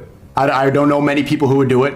The maturity for people in the teenagers in the West is getting much worse, but there are... We're talking globally. Let's just talk globally. Like, do you think it is okay for... I'm not talking about just you specifically anymore. Anyone. Do you think it's okay for anyone in their 20s, an adult, to marry a 15 or 16-year-old? A 21-year-old, if there was a marriage where the father consented and the daughter consented, and it was both good on both families and they wanted to do it, why am I going to get involved? Why should we get the government involved? Why would I tell them if everybody's consenting, if everybody's okay with it, if the parents are okay with it, if nobody's being harmed, if it's going to be okay, if they're both abiding by the rules and they're not hurting each other, why not? But they're still, like, they're at best a sophomore in high school. They can't consent to something like that. Like, do you... Brother ill. There was some other... There was another clip where Charlie was saying, like, But on the flip side, Charlie thinks that kids should be able to transition whenever they want. Yes. With the clip, I think, believe in the chat. Like, so Charlie thinks it's okay to transition whenever you want, but marriage is not. Right here. Is this not it? No, that's not the clip. No. Okay. That's not it. Come down. Maybe in the comments is there. Actually, no, it should be on Drama Alert. Let me find it for you guys real quick. All right. We can move to the next story in the meantime. But yeah, Sneako cooked him in this debate, which Charlie, for obvious reasons, didn't post it on his YouTube channel because he made him look really bad. And this is what I tweeted about this. Like, guys, this is a big reason why like these like pre-recorded reaction channels will never do live debates. You guys think Abba would ever sit there and do an actual debate with me live? Never. I'll give Charlie credit on this that he actually did a debate live, because the thing about these reaction YouTubers, guys, is they're not really they're not sharp live, and doing a debate live is even worse for them. So there's a reason why they sit there and they pre-edit their videos and pre-record it and then put like jump cuts and all this other bullshit in there, because it makes them look a lot smarter than they really are. But if you talk to these people in real life, they don't have the same, good points that they think that they do, because you actually you're able to challenge their viewpoints live and in color, and a lot of times they can't back it up, because he says all this Moist critical, but at the same time he defends children transitioning. So yeah, all right, cool. Let's play the video. Wait, is that the same one? No. Do you believe that somebody can go through hormone therapy? Can they change their gender if they're a child? Pause real quick. Isn't it funny that he actually speak about marriage underage, which I believe is definitely you should be of age, but then they can transition at any point in time. Yeah, that's what Sneako exposes here. Here we go. I think that's totally fine as long as everyone is consenting. Okay, so as long as everyone parents are okay with it and you are okay with it, I think that's totally a familial decision to make. Yeah. Okay, so a child can cut their penis off and take hormone blockers and change their biology forever, but they can't get married. Oh, that's a decision that now extends beyond the family, because now you're bringing in a different party. So if you have someone that's your age coming in saying, I want to marry that child, I don't think that can happen under any circumstance. So but it's still a personal decision. You're still deciding. Because there's take the other party out of the equation. It's a personal decision. If I'm 16 and I personally want to marry this girl, she's beautiful, she's 21 years old, her family wants to do it, my family wants to do it. You're saying I can't do that. We're both consenting. I'm ready to go. I'm physically mature, but I'm not allowed to marry because Moy says that woman's a pedophile. But if then the next day I leave it, I'm depressed, I want to cut my penis off, I can go right into the clinic, snip it off, and start taking HRT like Kris Tyson. That's a society that makes sense to you? It is. I believe everyone has I believe everyone has the right to do with their body what they want to do. He fucking got him. Yo, look at the comments. See, and that's the thing, bro. Yo, his logic, that's the problem with these liberals. Their logic can't stand. It doesn't make sense, right? So come down, Bills. This is an L for Moist Critical all the way. And here's the other thing too, just so you guys know, a lot of and there's some states in the United States where age of consent is actually 16, right? So it is possible in some states in America. However, this guy is saying, yeah, if you're a minor and you want to transition forever, which is irreversible, by the way, right? You go ahead and you fucking cut your D off. You do these things that will absolutely charge. Because here's the thing, you can always get a divorce. Yeah. If you get married, you can always get a divorce and end it. But you go ahead and you do hormone therapy and you do all this shit to your body, you ain't coming back the same, motherfucker, at all. Mentally, you are fucked. Because that change in itself is not only physical, but mental. And look, you guys don't got to like Sneako, but he set him up and fucking cooked him right there for the spike. Let's go. People commit whenever they do it because they can't go back. Yeah. Mentally. Yeah. So, again, you guys don't have to agree with Sneako, but what I want you guys to see there is the logic that Moist is purporting is faulty. Because when put to the test, what did it do? It didn't work. And that's the problem with these liberals and the lefties, man. Moist Critical, he's like I said before, he's a stupid liberal YouTube commentator like all the others, whether it's playback or anus and reach, whatever. They don't have any real stances. They just say what is going to, they're fence sitters. They're professional fence sitters, so that they can go ahead and get both audiences, and they don't take a stand for anything. They just say what will get them clicks and criticize YouTubers that are extreme in their eyes. Okay, so time for the main events. Yeah. MrBeast and Ava Tyson. Let's run it. Bro, this is scary, bro. Yeah, one more video of him like breaking down on stream. You don't want to play it? Who? Moist Critical? Nah, it's fine. Yeah, he got enough clout. He got L. Yeah. But listen, bro. And I've been told you he was an idiot. I've been told you guys these reaction YouTubers are idiots. Now you guys saw it real time. He ain't never going to debate live ever again. Name a bigger YouTuber than MrBeast that has influence globally that has still been here through all the years. Yeah, no. I don't know too many. Oh, someone asked is like what I think about the flan. Okay, look. I'm going to be very blunt about this. He does it for clout. Make no mistake about it. Who? MrBeast. Like, he does all these challenges like... Oh, yeah. But regardless, I'm not going to be one of these people that's going to point the finger and be like, oh, you do it for the camera, so like, it's not valid. No, it's absolutely valid. Whether he does it for the cameras or not is irrelevant because he's spreading out positive energy, he's helping people out, and it can motivate others to do the same. So I'm not against doing good things on camera. I know a lot of people say it's not legit, it's bullshit, whatever. But look, if it helps people out and it motivates others to do it, I'm all for it. Yeah, I think MrBeast isn't a bad person. I just think, he kind of didn't address certain things earlier on in his career. But again... But they're asking, like, about what do you think about him doing all this shit for the camera? But again, him showcasing the good in people and doing better is not a bad thing. I don't think it's bad. I don't have a problem with people that do that give charity and shit like that for cameras. I know some people are highly critical of that, but I think it's good to do it. He spent a lot of money doing those things, by the way. It Yeah, wasn't he just did. like, for free stuff. It was he spent a budget towards doing these I things. could go ahead and say he's doing it for clout or whatever. I even agree with you. I do think he does it for clout, of course. But regardless, there's positive being done. So I'm with that all day. However, there's a negative side to this as well. We're going to talk about today. Go ahead, Bills. Yeah. So we have here a bunch of posts, and then I think this is Tyson addressing as well. So imagine Tyson addresses this whole thing with Kris Tyson and MrBeast. For once, he has some balls. But he gets attacked for misgendering. And he probably did that on accident too. Yeah. Dude, by the way, when I gendered Kris Tyson, I did it for jokes, but it's funny because they're attacking people that are not even talking about that and putting on gender alone rather than the actual facts of what's happening. Yeah. They're more concerned with misgendering him versus like what he did. Like, we got kids being groomed by these people, and you're worried about misgendering? Yeah, who gives a what's fuck? wrong with you, bro? But that's what happens when you're a part of the protected class. Yeah, but there's a video that we have to play as well. Chris, it should be down below. Sorry, Bills. Down below. It says the end, MrBeast. But to top it off, though, like, we got MrBeast, one of the biggest creators on YouTube that's been here for years. YouTube loves him. Everyone loves MrBeast. He does very good takes on pranks and giving back. And you know how I know it's going to be World War III?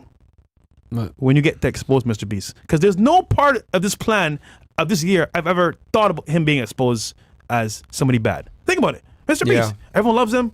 He gets funding. This is like, so while he pulls that up, a lot of you guys criticize us, right, for saying like, oh, well, you guys are demonetized because it's your fault. You guys decided to bring Nick on. You guys decided to talk about touchy subjects. You guys decided to talk about geopolitics and sensitive cultural things, American foreign policy, whatever. You guys, make racist comments, all this bullshit, right? Like, you got demonetized, whatever. But you know what I can always say? I can go to sleep at night. You guys can go ahead and go through my history. You guys can go through all my tweets. You guys can go through everything I've ever posted, whatever. Nothing's ever going to come out where I'm going to be ashamed of something I said in the past. Because I am who I am, right? On some King Von type shit. I am who I am. So if you guys go ahead and pull a clip of if a clip resurfaces, right? Remember we made those jokes about queens and everything else like that? My black queens. Yeah. We made jokes on black or whatever and everyone went crazy at us. We're like, okay. Hey, I took one on a date. Yeah. What you were saying now, nigga? Yeah. Hey. Like it didn't hurt us at all because like we don't purport ourselves to be like these angels. We don't make child-friendly content. We've told you guys from the fucking beginning that we're assholes and we're going to say what the fuck we want to say. We're going to offend a lot of you. Listen. Right? We're extremely divisive. We're extremely controversial and that's fine.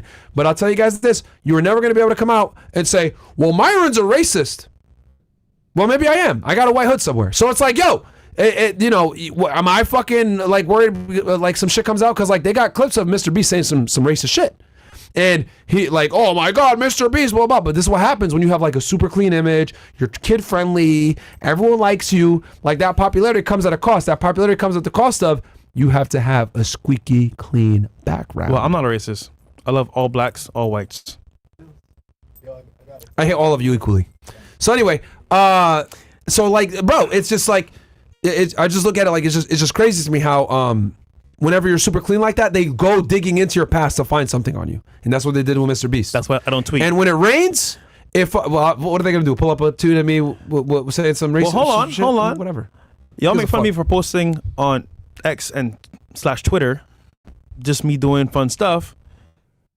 Find a tweet. I mean, talking shit about somebody. There's none. Yeah. There's no evidence. Because you know why? I'm like the black. I'm like darkness. Oh my God. Here today, gone tomorrow. Here today, gone tomorrow. Oh my God. Hey, bring it up, bro. Bring it up.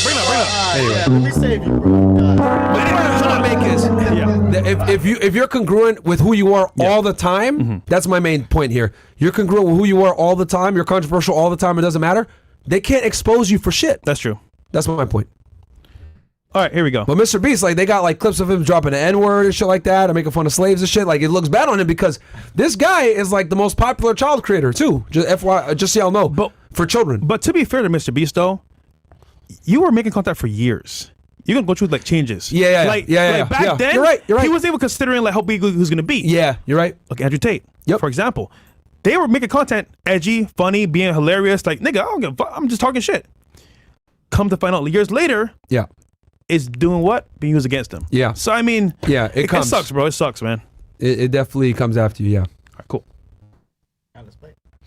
Have just dropped and it's not looking good for Jimmy. So last time we talked about Dogpack 404's viral video where a former MrBeast employee exposes Jimmy for allegedly conducting illegal lotteries towards children, promoting gambling, faking his videos, forging signatures, manipulating who wins the prizes and monies in his game shows, and mostly giving it to his friends and employees rather than random viewers, and much more. Now, I mentioned in my last video that MrBeast was actually caught in the same Discord server where Kris Tyson was openly sharing prawn to minors. And now we have allegedly confirmation that it was indeed the real Jimmy, and it is seemingly provable by searching the archives and seeing that his account is linked to the MrBeast gaming channel, which is not possible unless you own the channel and can log in. Meaning essentially MrBeast lied in his response saying. So there's some like side notes here as well. The guy you saw in the uniform that was talking about MrBeast was his ex-employee. He did a video on MrBeast, right? He had like what, 3K subs? The video has 4 million views now, 4.6 million views. He has 89K subs on YouTube now. So one video. This dude? Yeah, one video blew his whole channel up about MrBeast. Incredible. Isn't that crazy how like and this is you know how many people made their careers off of talk shit about us? Yeah, a lot. This fucking ass clown did the same thing. Yeah, I'm not gonna lie though, bro. He was spitting some facts in there. Because if you do the actual summary of the videos he's doing, bro, MrBeast faked a lot of videos, bro. Or at least like made it seem like it was gonna be actually a real contest, but it wasn't a real contest. His friends won. That's like me doing a video with you, and like I got like 3 guys here. Oh yeah, you got a chance to win the prize. Nah, nigga, you about to win it because you're my friend. But they go like, oh yeah, I'll win the prize. Nah, nigga, you about to lose on purpose. and then you remember? Oh shit. Most of the videos are like timed, right? So like last minute you could win, last second you could win like a prize, right? I'm not really familiar with this content, so okay, but it's like a time limit on each like challenge, right? For the most part, so it would always be 1 second left on the clock when somebody won. How's that possible? It's like, come on, bro. It's too many coincidences there. So he brought up a lot of good points in that video. So this guy basically like debunks that stuff. Okay, but 4.6 million views, and he gained 80K subscribers 5 days ago. He had 3K subs when he started. Yeah. Well, let me tell you this now. You know what's fucked up for him? He's gonna have to keep making hate content like that. 100%. That nigga's fucked. How you start is how you got to end. I'll tell you, here's the thing too. Like, yo, look, this nigga could make these videos on MrBeast. MrBeast is still gonna be more successful than him and do better than him, even though this dude making this hit piece and he got 4 million views. Cool, nigga. You have to make that bed and sleep in it now, because though were you reacting to this video right now, I gotta give the truth. You make content like that where you criticize other people, now he has to fucking do that shit. He's gonna have to continue to do it. So he's gonna have to rely on the downfall of other YouTubers to make content, and that is never a sustainable path, my friend. The only person I saw that did that was Sunny V2. And actually he should be clapping on because he's right. He made a video about this months ago talking about this whole topic right now. But people shun them like, oh, you're a hater of MrBeast. But he was right. Sunny V2. Oh yeah, he makes downfall videos too. Yeah. It is crazy how like these dudes are able to like profit and make a bunch of money on like the downfall of others. Like, isn't that wild? I mean, obviously we're talking about this because it's the news and you guys have asked us about it. But we don't wish the downfall on nobody. I actually hope MrBeast comes out of this okay, because I do think he's still doing more good than bad. His co-host, that dude, I don't know, get him out of here. But I don't know. I mean, right now, I mean, is it a crime to be in a Discord server? He might have not even been logged in. Well, we're gonna see some more about this topic right now. Actually, in Discord, he was in there, like actually being involved in this shit. I believe so. I think what they're coming after him for though is that he knew and didn't say nothing. I think that's what they're going That's after. the big thing. That's like me being like a weirdo and you knowing and being cool with it. Yeah. Or vice versa. That is kind of fucked. So that is kind of fucked. Yeah. Yeah, I forgot about that part. I'm enabling you to be that type of person behind the scenes, but eventually like we're reporting something else. So it's kind of fucked up. Yeah, that's actually no. Yeah. Yeah. There we go. That he just became aware of Chris's actions in the past few days, when in reality he knew all along. As we know, he had the lollipop art hanging from his living room wall, and he was in the same server as Kris sending messages, and he was best friends with Kris for over a decade and defended him until the recent drama. Now it actually gets worse for MrBeast. So there's an artist that does like child P, and Kris Tyson would support his art, and he made an art piece of Drama Alert, which is Keemstar's daughter, having relations with Trump. And Kris Tyson supported this painter, and by default, MrBeast apparently is somewhat supporting by not challenging it. And his art was found in his house as well, so it's kind of like, bruh, it's not a good look, bro. Like, and then they are, you know what's crazy? These niggas argue about this type of content, lollipop or whatever, what do they call it, of girls that are cartoons that are looking like 10 years old, but they're really like 1,000 years old off of anime. So imagine like there's like a spirit or whatever that lives inside of somebody, and they look like a kid, but they're really like 1,000 years old. So if they do like porn, like pee, it's okay because they're older. It's weird, bro. It's like some psyop, like anime shit, which is like hentai shit, which is really weird. Okay, I didn't know that. Yeah, so what the fuck? Their argument is, oh, she's 1,000 years old, bro. She's not 10 years old, so it's okay. I'm like, nigga, what's wrong with you? It's called lolicon. Yeah, lolicon. Yeah, it's gross, but yeah. Anyhow, he's supported this artist. This is L for MrBeast. Yeah, and dude, it's really bad. We'll continue though. You think this is gonna affect him negatively? I'll be honest with you, bro. I mean, it's affecting him now. Yes, because the problem is that did he even lose any subscribers? I guarantee you he didn't. We can check, but social blade him real quick. The problem is that he knew, which if he didn't know, all right, cool. You know what? Granted, you're focused on business, focus on the show. I guarantee you, when you have that level though, he probably has people that are in his comment sections like getting rid of anyone that says anything about this bullshit. He probably banned it, like. But he made a statement. And he just got called out because remember he said he didn't know. Yeah, that was a big thing. I hired a private investigator or some shit like that, right? Bro, you knew. Bro, that's your best friend. You knew. So, like for example, niggas be like, "Oh, Myron's gay." Nigga, I would know if he's gay or not. Pause. It's facts. He ain't gay, bro. Big pause. Actually, you fuck one of my bitches, man. What? Let's continue. And Kris, because 500,000 messages have been released to the public from that Discord server. Keep in mind, this is after Kris and his squad wiped out every message that they thought was incriminating, but there's still so many left. Moreover, Lava, one of the victims who was groomed by Kris, now recognizes that it was inappropriate and wrong what was happening on the server. So let's go over the... Fucking try to be fucking asshole. Fucking told me to do it, man. Fuck you. So I had to say that, son. Show's bothering me. Nigga told me to do it and he goes sit here and fucking tell me this bullshit, man. You told me to fucking do it, asshole. I said no. Man. We're Eskimo brothers now, man. Brother. Nice. Hey, Myron, I bet you won't do it. Bet you won't do it, Myron. And your little friend. It's not his girl, guys. Yeah, I'm just kidding. With y'all, man. I'm just kidding, man. It's not my girl. Some random 304, man. Fucking idiots. And your little friend too. What? Like your girlfriend is complete. What are you doing? Oh, you a weirdo, nigga. Yeah, Mo is a weirdo. I was saying MrBeast subscribers was going up. That's what I said. Oh, all right, bro. Subscribers going up? Yeah. All right, bro. Oh, going up. Yeah, it's going up. He looked at his social blade right now. That's what I said. Yeah. Okay. He's doing. You know what he's doing? He's doing the H3 shit. Okay. Because H3 niggas. It's not his girlfriend, you fucking weirdos. Yeah, it's not at all. It's like some random 304. I'm trolling, guys. Like completely random 304. Good job, Myron. What the fuck is wrong with y'all, man? Myron, I'm proud of you. Huh? I'm proud of you. Hold on. Wingman. Facts. Wingman, bro. Wingman. Yeah, Wingman. Yes, come on, man. Yeah, man. We toss these 304s around, bro. We don't. I'm next. Fucking horse. Some of y'all niggas over here like building love. Like a lot of y'all niggas don't understand the concept of like some of these bitches are for the streets. What? So whatever. Going back to what I was saying, we were saying something. This picture's so funny, by the way. This one? Like the one that's on screen is just so accurate right now. It's just the mood for right now. Oh yeah. He put a meme there in between the video. These messages and explore this insane rabbit hole. Here we have a tweet by Drama Alert, a thread of all the weird things Kris Tyson allegedly said in the Discord with minors. She's only 14. Damn. Okay, so these messages are from 2018. Somebody post.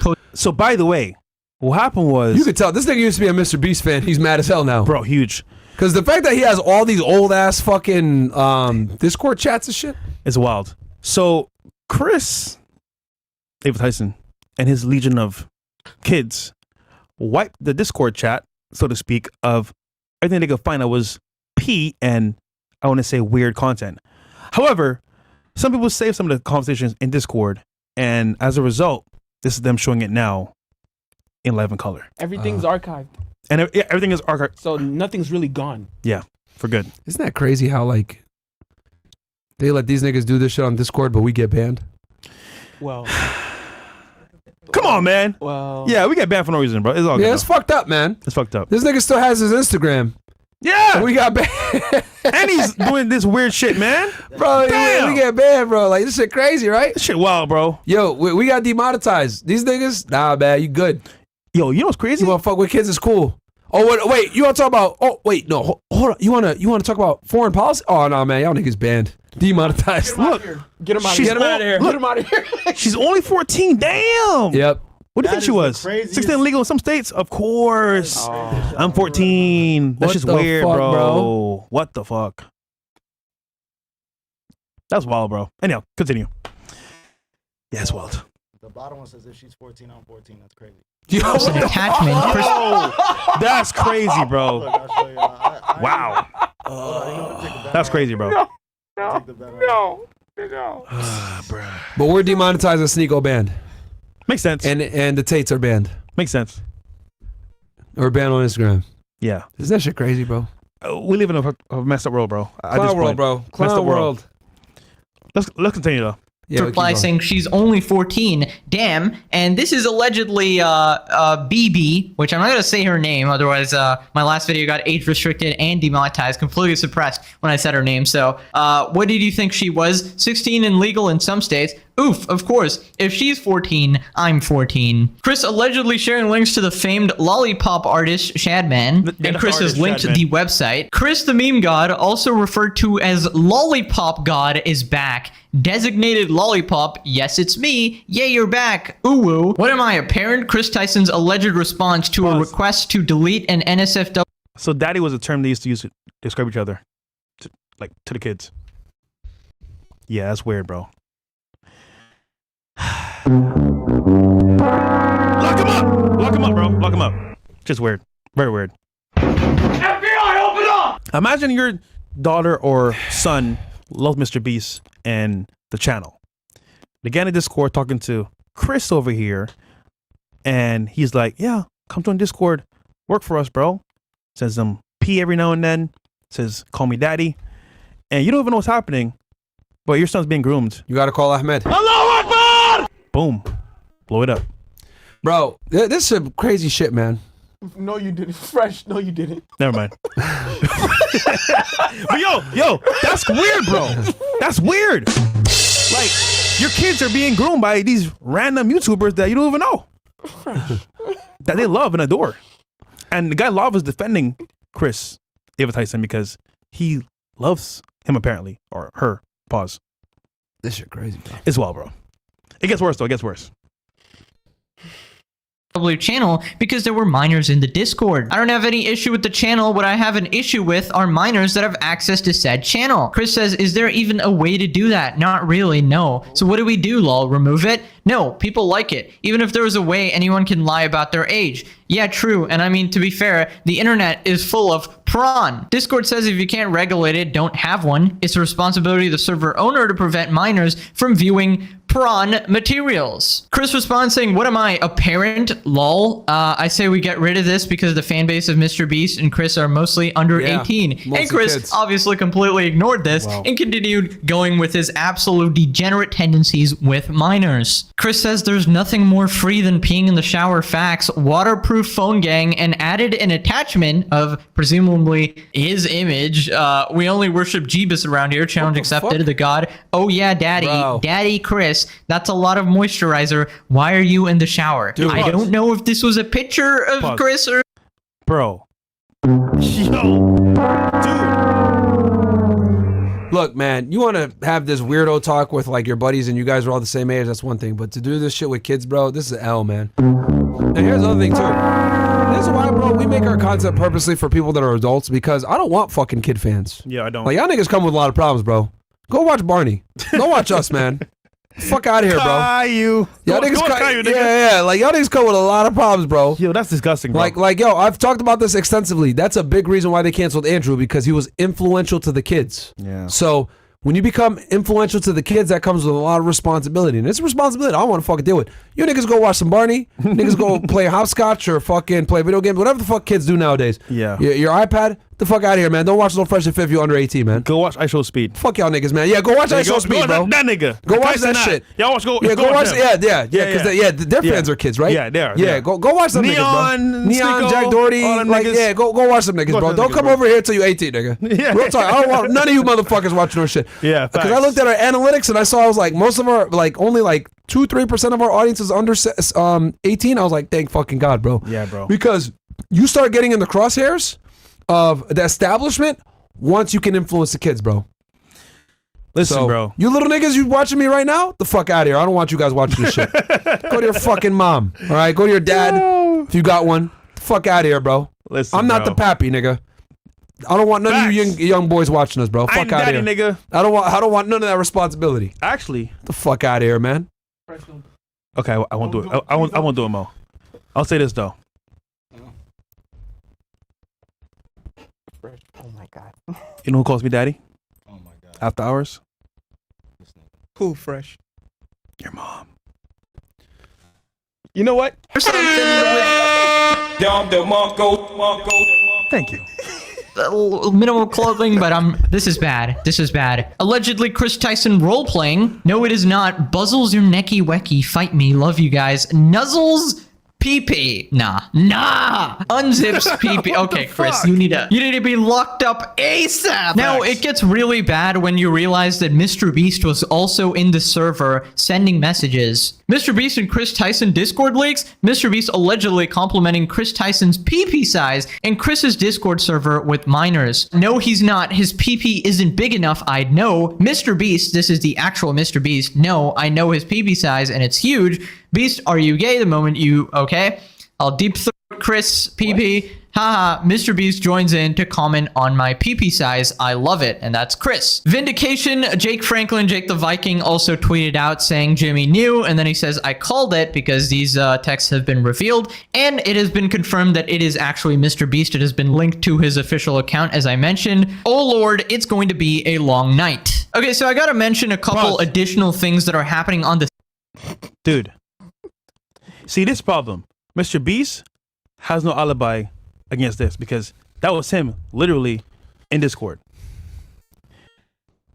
So, bro, any of you niggas if any of you guys are watching this shit right now and you're under the age of 18, get the fuck out of here. Please do. Oh my God. Seriously, you guys come with too many problems. We bro. don't want you here, bro. We don't want y'all niggas here, bro. Yeah, watch from afar. Yo, don't talk to us. Matter of fact, you can't watch Freshville unless you got a high school diploma. There you go. Get the fuck out of here, bro. You dropout niggas got to get out of here too. Yo, I don't care if you're 21. I need a high school diploma. Get the fuck out of here, bro. Niggas over here still doing algebra 2 trying to watch Fresh and Fit. Fuck out of here, bro. Furthermore, on the yacht, I check y'all niggas. Yeah, bro. I check y'all niggas. Fuck that shit. Gotta be over. Hell no. Hell no, bro. Fuck this, man. Stay over there, nigga. You know what, man? I'll take all the controversy. Y'all niggas want to call us assholes. You guys want to call us racist. You guys want to call us anti-Semites. You guys want to call us fucking, y'all don't fuck with the Sneakos. Whatever the fuck you guys want to say, I'll take all that. Bro. You are not going to fucking get me with no kids.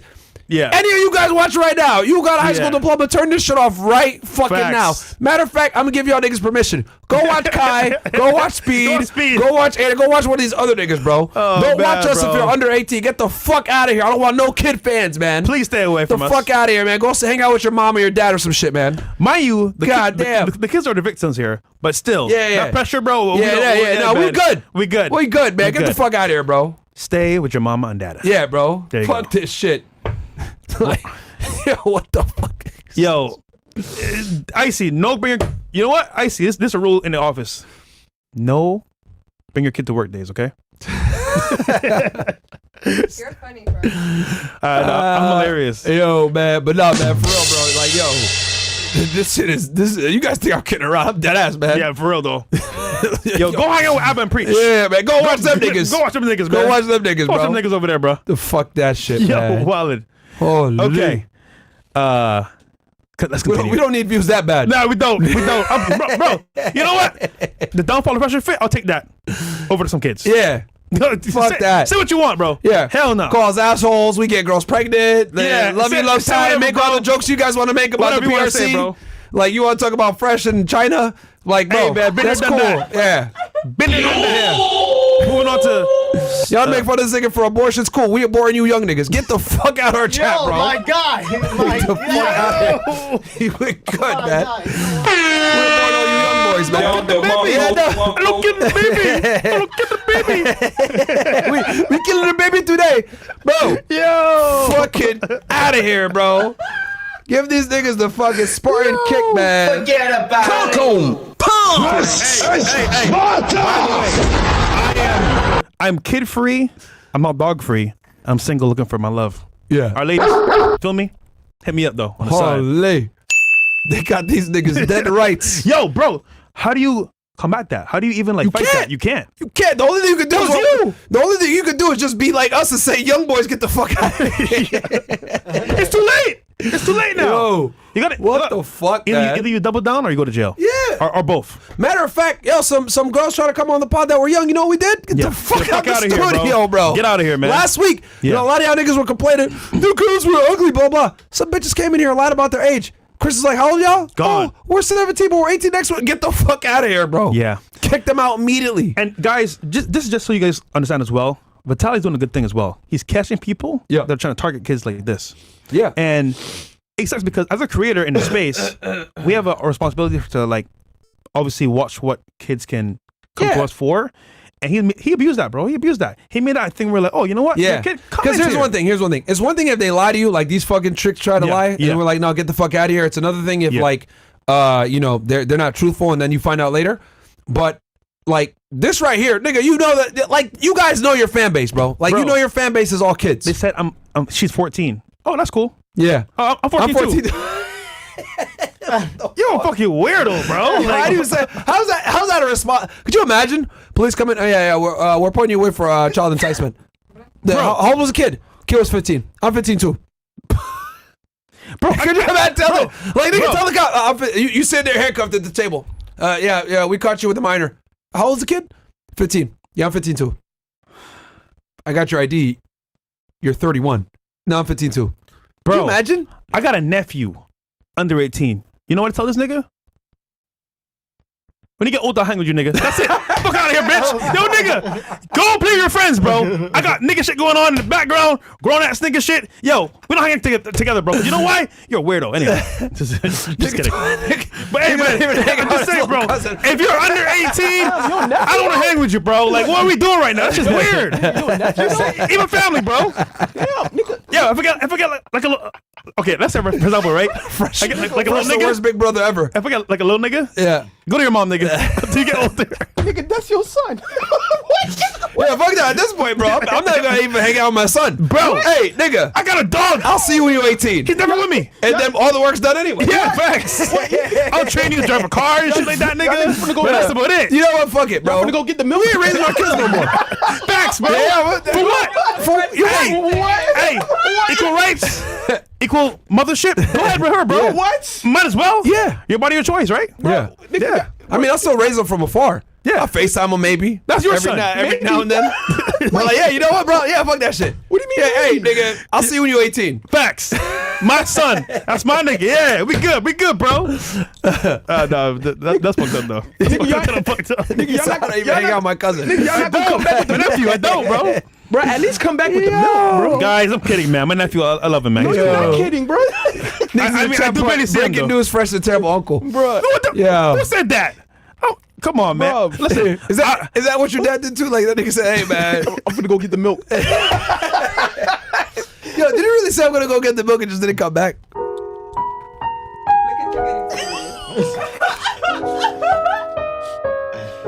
It hurts you now, Fresh? It's alright. It's okay. What the hell? What? You gonna give him a hug? You can see him walking in the different frames.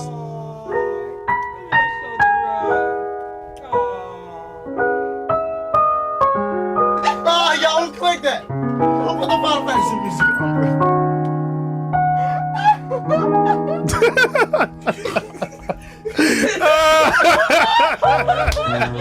That was pretty good, guys. That was pretty good.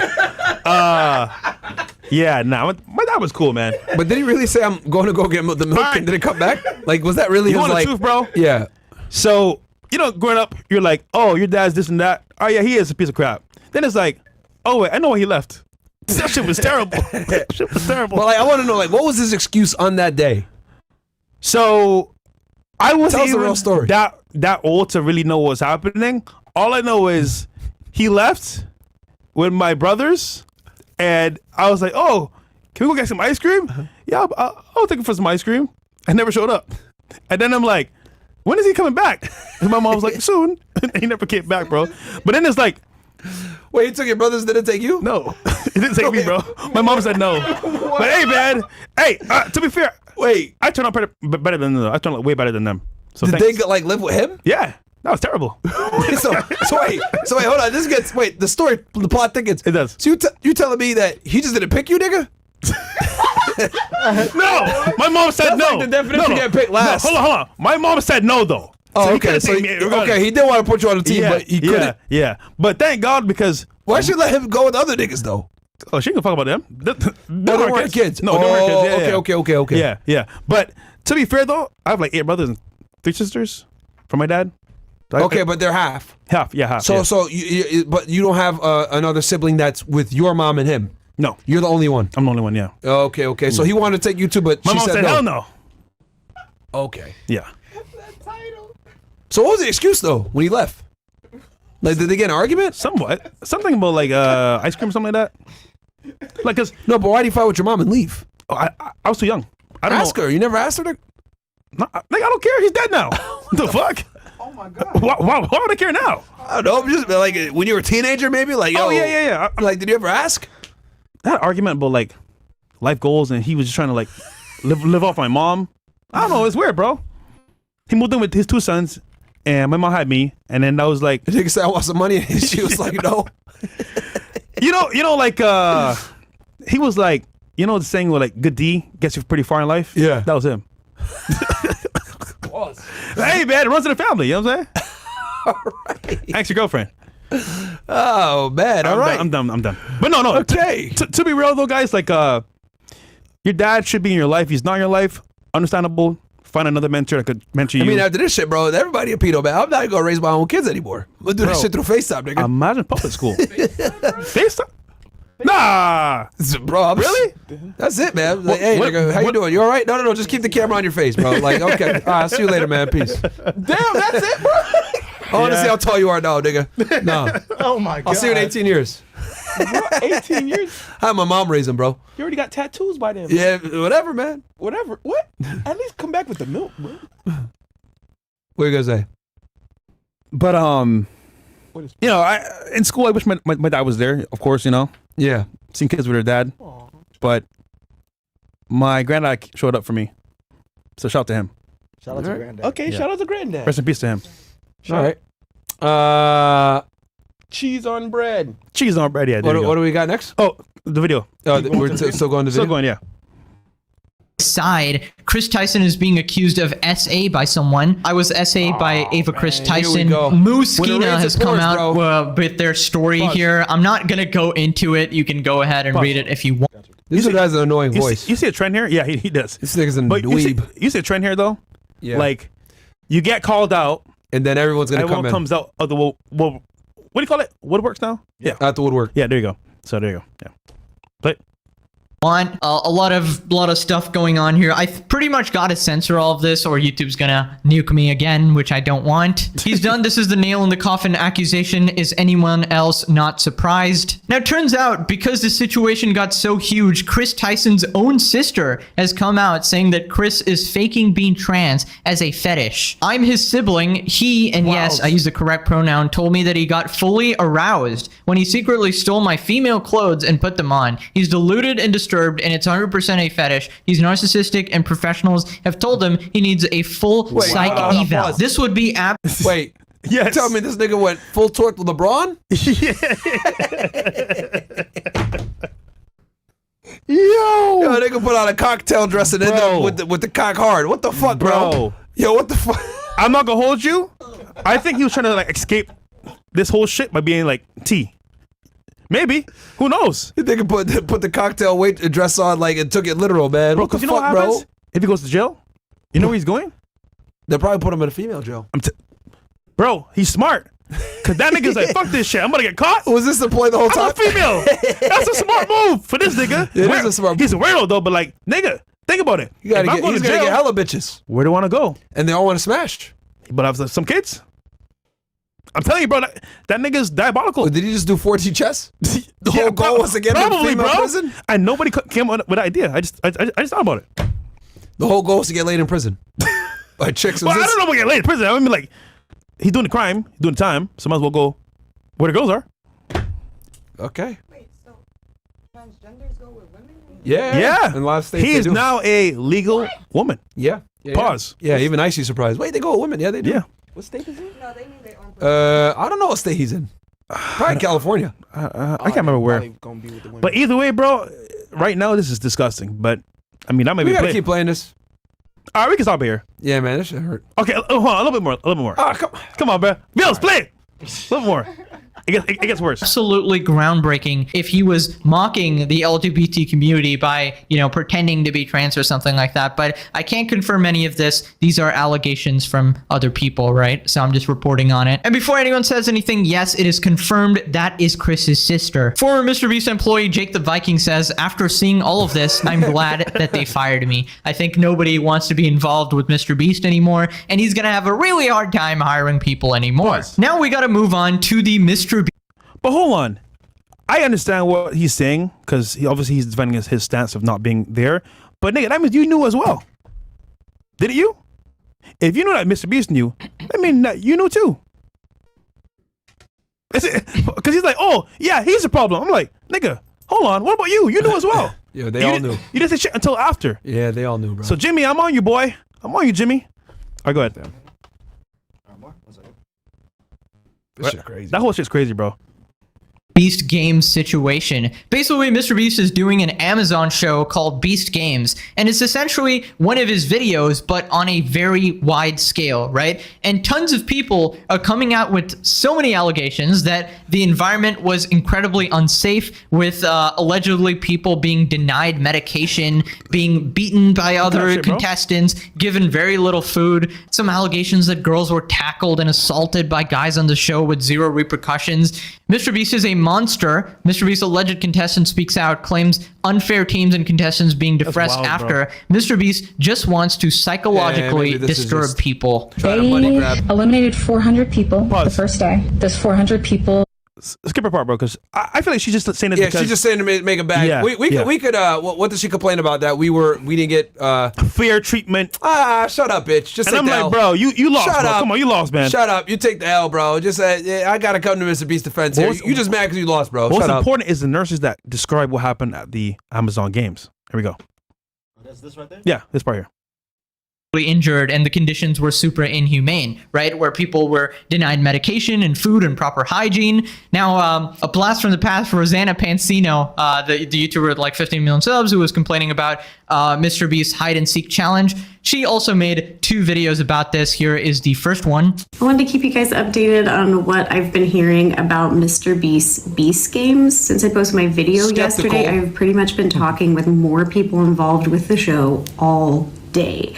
At this point, I've lost track, but I think it's nearing like 100 people who have reached out to me with their stories. Each person has their own experience and their own opinions, but overall, the stories that I'm hearing just break my heart. I have never heard of anything like this on any set. So today, I want to read a statement from another contestant. You can stop here, Bills. So just to sum it up real quick, he did a whole game, kind of like Hunger Games, basically, or like Ninja Warrior, right? On Amazon as a special. However, he didn't come for people like the number of people coming. It's like what, 5K people? So there's a lot of people playing this game, right? 5,000. So to be real, they're all in this like space living together in like sleeping is it sleeping bags? Something like that. And what happens is they have to like compete for days on days. Some of them get sick, some of them have ailments, and to get treatment is going to be like hard because obviously it's like a lot of people there. So people got injured, they got sick, they got hurt, and obviously speaking, like to maintain that people 5K is a lot. So people got hurt, injured, and they were like unwell, and they complained about the conditions because MrBeast is like, yo, like. But they could have left at any time, though, right? I don't think they could. Either that, or they couldn't get help fast enough that they needed. For example, some people need like treatment. Yeah, but he's not has them chained there, bro. Like, yo, you get sick, nigga, like just go home. True. Take the L. And then, but they wanted that clout. They did. But here's the bad part, though. He wanted them to just sign a waiver saying like, oh, like this, it's okay. Like, yo, he said, I'll pay you 1K. Just sign this waiver here. Yeah. Nigga, let me see new. Yeah, He's like, bro, you know what? You want to stay? Here's 1K. Just don't talk about it behind the scenes. And some people signed it. But the people that didn't sign it, they're speaking out now. Yeah. So funny. MrBeast is a beast, bro. God damn, that nigga wildin', bro. Yeah. You can tell he be snaking behind the scenes, bro. like Savage. So yeah, I mean, there's more to the story, but that's kind of the gist of it. Yeah. But MrBeast, man, I think as a creator, bro, he did well, but the back end of it, we didn't even know what was happening. Is no man brought to light, and I think, bro, like he might be kind of done for. Wait, is MrBeast one of the boys? Oh, I don't know. Can you look it up for me, Bo? I don't even know. Yo, we didn't do Folio. Let's do Folio. We got to do Folio. This will be the ending story then, right? Let's do it, yeah. All right, guys. Last story. Well, we've been going for what? 2 hours now? No, we started 11? Bro, we on 3 hours. We're about to be 3 hours. Let's go! Let's go, man. 3 hours, new show, no bimbos, guys, man. I hope you guys like the video. Yo, how do you guys, real talk. I want some honest feedback. Can you guys do me a solid?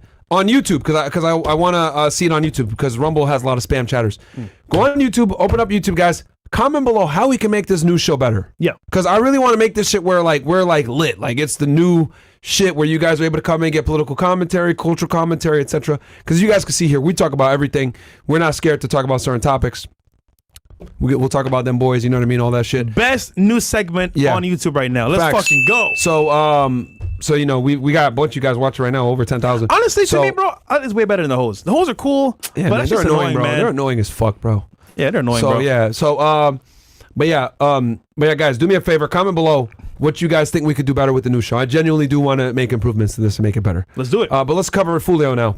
So as you guys know, Fulio was murdered a couple of weeks ago. Yeah. Was it the beginning of July? Yeah. I think so. Like around, it was on his birthday. It was his birthday. He was out ahead in Tampa having fun with some people. Oh, I sent you a thing too in the Miami Takeover bills. Yeah, I already got it up. And they recently caught 3 of the alleged killers, or 5 of them actually. And it's funny because they're a part of the rival gang that was said to not have been a part of this whole debacle. So yep, they got caught, man. Let's pull it up. And I don't think so. Well, it doesn't say. Oh, it doesn't say? Okay. I mean, Donaldson. I don't know. His last name is Donaldson? Yeah. Okay. All right. Damn, share us footage of the shooters that killed Julio Fulio. All right, let's roll the clip. Yep. This is at the hotel. But they were wearing masks, you though. can see the shooters got these are niggas getting in 4K, in position bro. for their planned out murder. This is like a movie. Yo! Car pulls up. What did they expect, though? It's not a hotel. And they are shooting at Charles now. And you can see that he's the passenger in that car that's moving and trying to flee. Bro, they're And lighting again, that they're shit still up. shooting at him. He's the right front passenger in that vehicle. Some of the camera footages are from Teslas. Yeah, So I some of get the it camera footage is from Teslas, guys. That's why it came out so fucking clear. Crazy, bro. Yo, what the fuck? I got this thing in 4K. Wow. That shit hard. Yeah, it's a Tesla Charger. You can see it. It's clear from that video what they were set out to do and what they had planned to do. The investigation would later reveal that the 3 armed shooters were Sean Gaithright, Rashard Murphy, and Davion Murphy. Hold on, pause. Got him. We got to give them a nice stupid, because these dudes, you stupid, committed first-degree murder in front of a bunch of Teslas in 4K, bro. These niggas are fucking stupid. Holy. Elon Musk W. Yeah, yo, Elon Musk Elon the Musk case, W bro. in the chat, bro. The niggatry is real in this one, bro. Yo, Holy. that's wild, bro. All right, let's keep going. Yo. Detectives used footage from the scene, license plate readers, and phone logs to identify 2 vehicles. He says in the chat, yeah, no more hoes. My grandpa. Oh, see, he's right there. Grandpa Fresh, showed you, man. And linked them back to the suspects. Grandpa Fresh. Furthermore, it was found that the shooters are members of or affiliated with rival gangs of Jones that go by ATK That's it. and 12. Young and Ace, ATK. And dumbass Young and Ace came out with a song 24 hours after this hit, by the way. Actually, Academics interviewed Young and Ace recently as well. And did he ask him about this? Bro, No, probably not. It was very telling in that interview. Like, it was, he didn't say it was him or his people, but you could tell, like, his mannerisms. He was like, for real? Like, it's almost like he didn't care, but he knew, like, something was up. 100%, bro. I guarantee he was one of the first people they called when this shit was done. We got him! All right, nigga, FBI's gonna be FBI, open up! idiots, bro. When you commit murder like this, that's like of someone famous, and it's in like broad like this, like, bro, like, nigga, there's nothing left for you but a RICO case. These dudes are idiots, bro. All right, let's keep going. And caught these niggas in 4K on some movie type shit, So you're bro. saying the death of Fulio brought on the whole gang? Probably will. Damn. When it's all said and done, this is gonna keep going. This is gonna keep going. And remember, keep in mind that they can still like they're getting charged with murder on the state. The feds can come back and hit them all racketeering charges after this. Wow. Yep. They fucked up, bro. Yep. This is just murder. They're like this does not include racketeering yet. They're probably building a RICO case as we speak. The feds are probably going to come in and do an indictment and pick all these idiots up for murder after the fact, because racketeering is a crime that's covered under the RICO statute. Niggas, man. Stupid, bro. Idiots. 100. Jones was part of the 6 block gang. Detectives believe that the ATK and the 1200 worked together to target Jones as part of an ongoing feud in Jacksonville. And we got video footage of like them arresting one of them. Do you have that footage? I got that one, yep. Yeah, let's pull it up real quick. I got you. Like arresting these niggas in the rainstorm. That's how you know they wanted to get them. They got like 3 arrest videos. Yeah. Well, does this play all 3 of them? I think this is it. Right? All right, go ahead. Back up. Back up. Back up. All right, go to your knees. Hands on your knees. Put your hands behind your back. Check that ass. Stay there.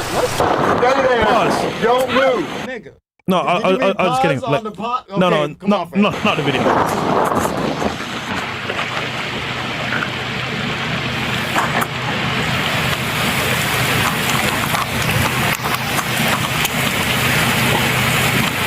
In the rain, though? Isaiah. Isaiah. Stand up. Isaiah 10, right? Slender Man. He got a big ass head, look like alien. Andrew's there now. Wasn't there a girl involved too? A girl? Yeah. That's one of them right there. At his party?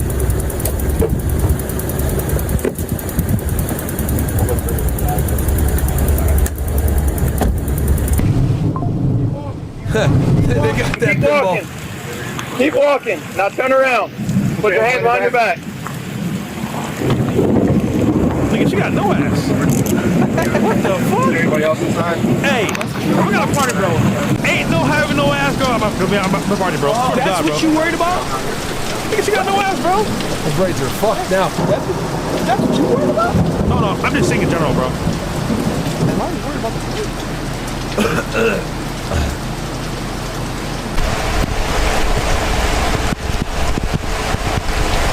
That nigga's soaked.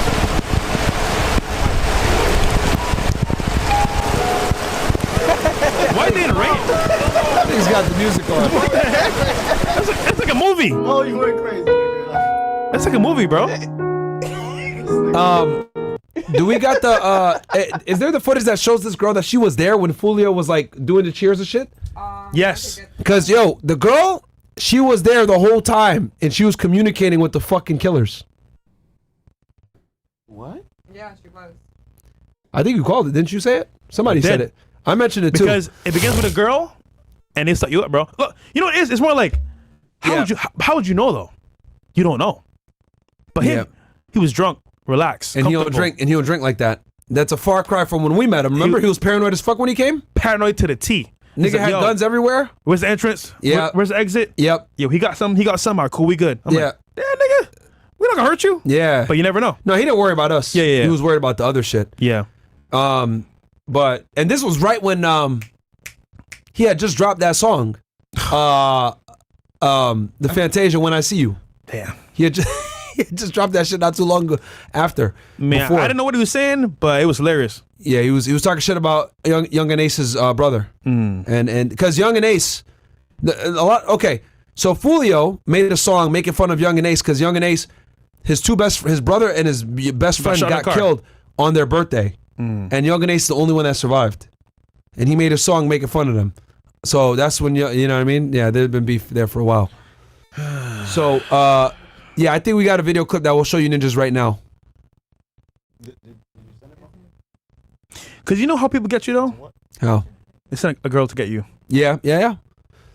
That's common with drilling. Easiest way, bro. It's the easiest way by far. Look at Easy E. Yeah.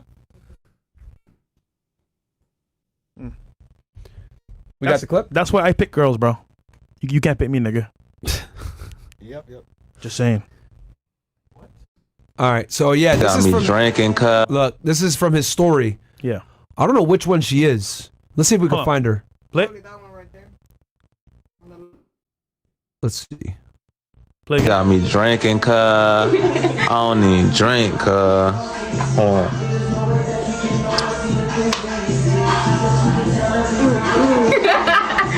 You're supposed to have a chaser. We came deep as fuck for my birthday, man. Everybody coming up the stairs. No cap, man. You know what I'm saying? Is that her in the way? Nah, it's not. It's not. That's not her? Nah. Man, you know what I'm saying? We deep as hell. We deep as hell. 20 deep. Lit everywhere we go. Got me drunk. She might have had long hair back then, or like a maybe a wig. Covering the forehead. That makes us look different. Yeah, I don't know which one she is. But it's not the one that was right behind him in the white. Is she one of these that's toasting with him? Play it again. Drinking cup. Pause. Was it her? Might be her. I don't even drink cup. Yeah, it's got to be the one on the left. Or to the far right that we can't really see on camera. Okay. Either way, though. Either way, the point is that this chick was there. She told them the location. And for them to arrest them, they probably have the text messages that show that she's telling them, okay, he's here, etc. So that's because I mean the way they got him in the lot was too perfect, bro. Yo, like they I don't know if you guys noticed, they surrounded the fucking car. Is your phone ever safe from the cops? I mean, they someone cooperated because for real? Probably. I'm willing to bet somebody cooperated and they were able to get like the conversations that's out. And they linked the cars and shit like that. Someone had to have talked in the beginning. So, yeah. Wow. Yeah, that crazy shit, guys. Crazy shit. But they got these niggas and they did a press release and everything. You can see with the Tesla camera footage, like... That's like a movie. They're fucking done. It was like a movie. Shit. And then there's 2 guys on the run right now. W Cops, bro. Yeah, W Cops. They got them quick. I knew that was going to happen because that shit hit national news. I knew right away. I was like, yo, these dudes are going to be caught within a month or 2. Damn. Yeah. You commit a murder like that? Bro, they got like in a full-on shootout at the fucking parking lot. And that was and that was in Tampa. This isn't fucking Jacksonville. This is Tampa, Florida. It's a bunch of white niggas that live here. You guys are done, idiots. The fuck? So yeah, anyway. That's L. Anyway, how much time you think they're gonna get in jail? Life. Really? Life? For this, they're going to all go down for murder one. That's murder one, bro. Even the girl? Probably, yeah. Damn. Conspiracy, all that. Because it's premeditated. Fuck, bro. They they literally like waited and this is the definition of premeditated murder. And they followed him from Jacksonville. Do you guys think she was probably sharing locations with somebody? She probably was sharing she probably was. Probably. She was probably sharing locations instead of texting the whole time. But like, he's drunk, bro. And then there's a bunch of girls like they're trying to get laid. Like, yeah, like you know what I mean? Because he had hit up a bunch of girls in Tampa actually, for his party. She might have been one of the ops, just waiting for like, oh yeah, I'll come to your party. 100%, bro, 100%. So, yeah, it's just sad, just like irresponsible, man. And they end up getting him killed. That's why I thank God I'm not a street dude, bro. I don't gotta watch my back or anything. Well, obviously I'm still vigilant. But nobody's safe. Yeah, though. nobody's safe. But like, I don't have people that want to kill me like that. How you know? Not like that, bro. Okay, yeah, you're right. I don't got ops like that. That's crazy. Shit. That's wild shit. You know? So, anyway, it is what it is. All right, we got some chats here. Yeah, let's read some chats and then we'll play the promo. We'll play it on Rumble though. We ain't gonna play it on YouTube. This nigga, bro. One moment. They want it, man. They don't want it. You want it.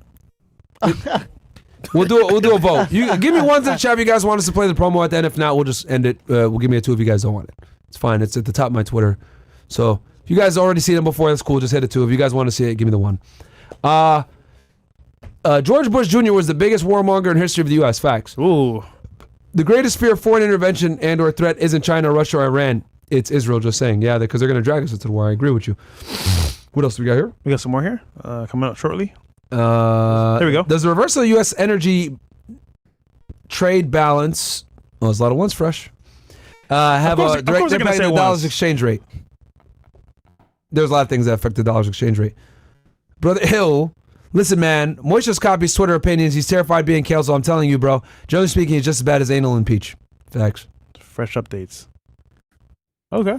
MrBeast is also getting outed because of his predatory lottery streams, which his team has been deleting all of those videos at the moment. Yeah. That's what you were mentioning earlier. Yeah, Kevin. Shout out to you. Anything else? No, that's it. All right. So, move on over to Rumble, guys, real quick. It's going to be time to Rumble to play this preview. Trailer. Let's get ready to rumble! We'll end it on Rumble as well. So come on over to Rumble, guys.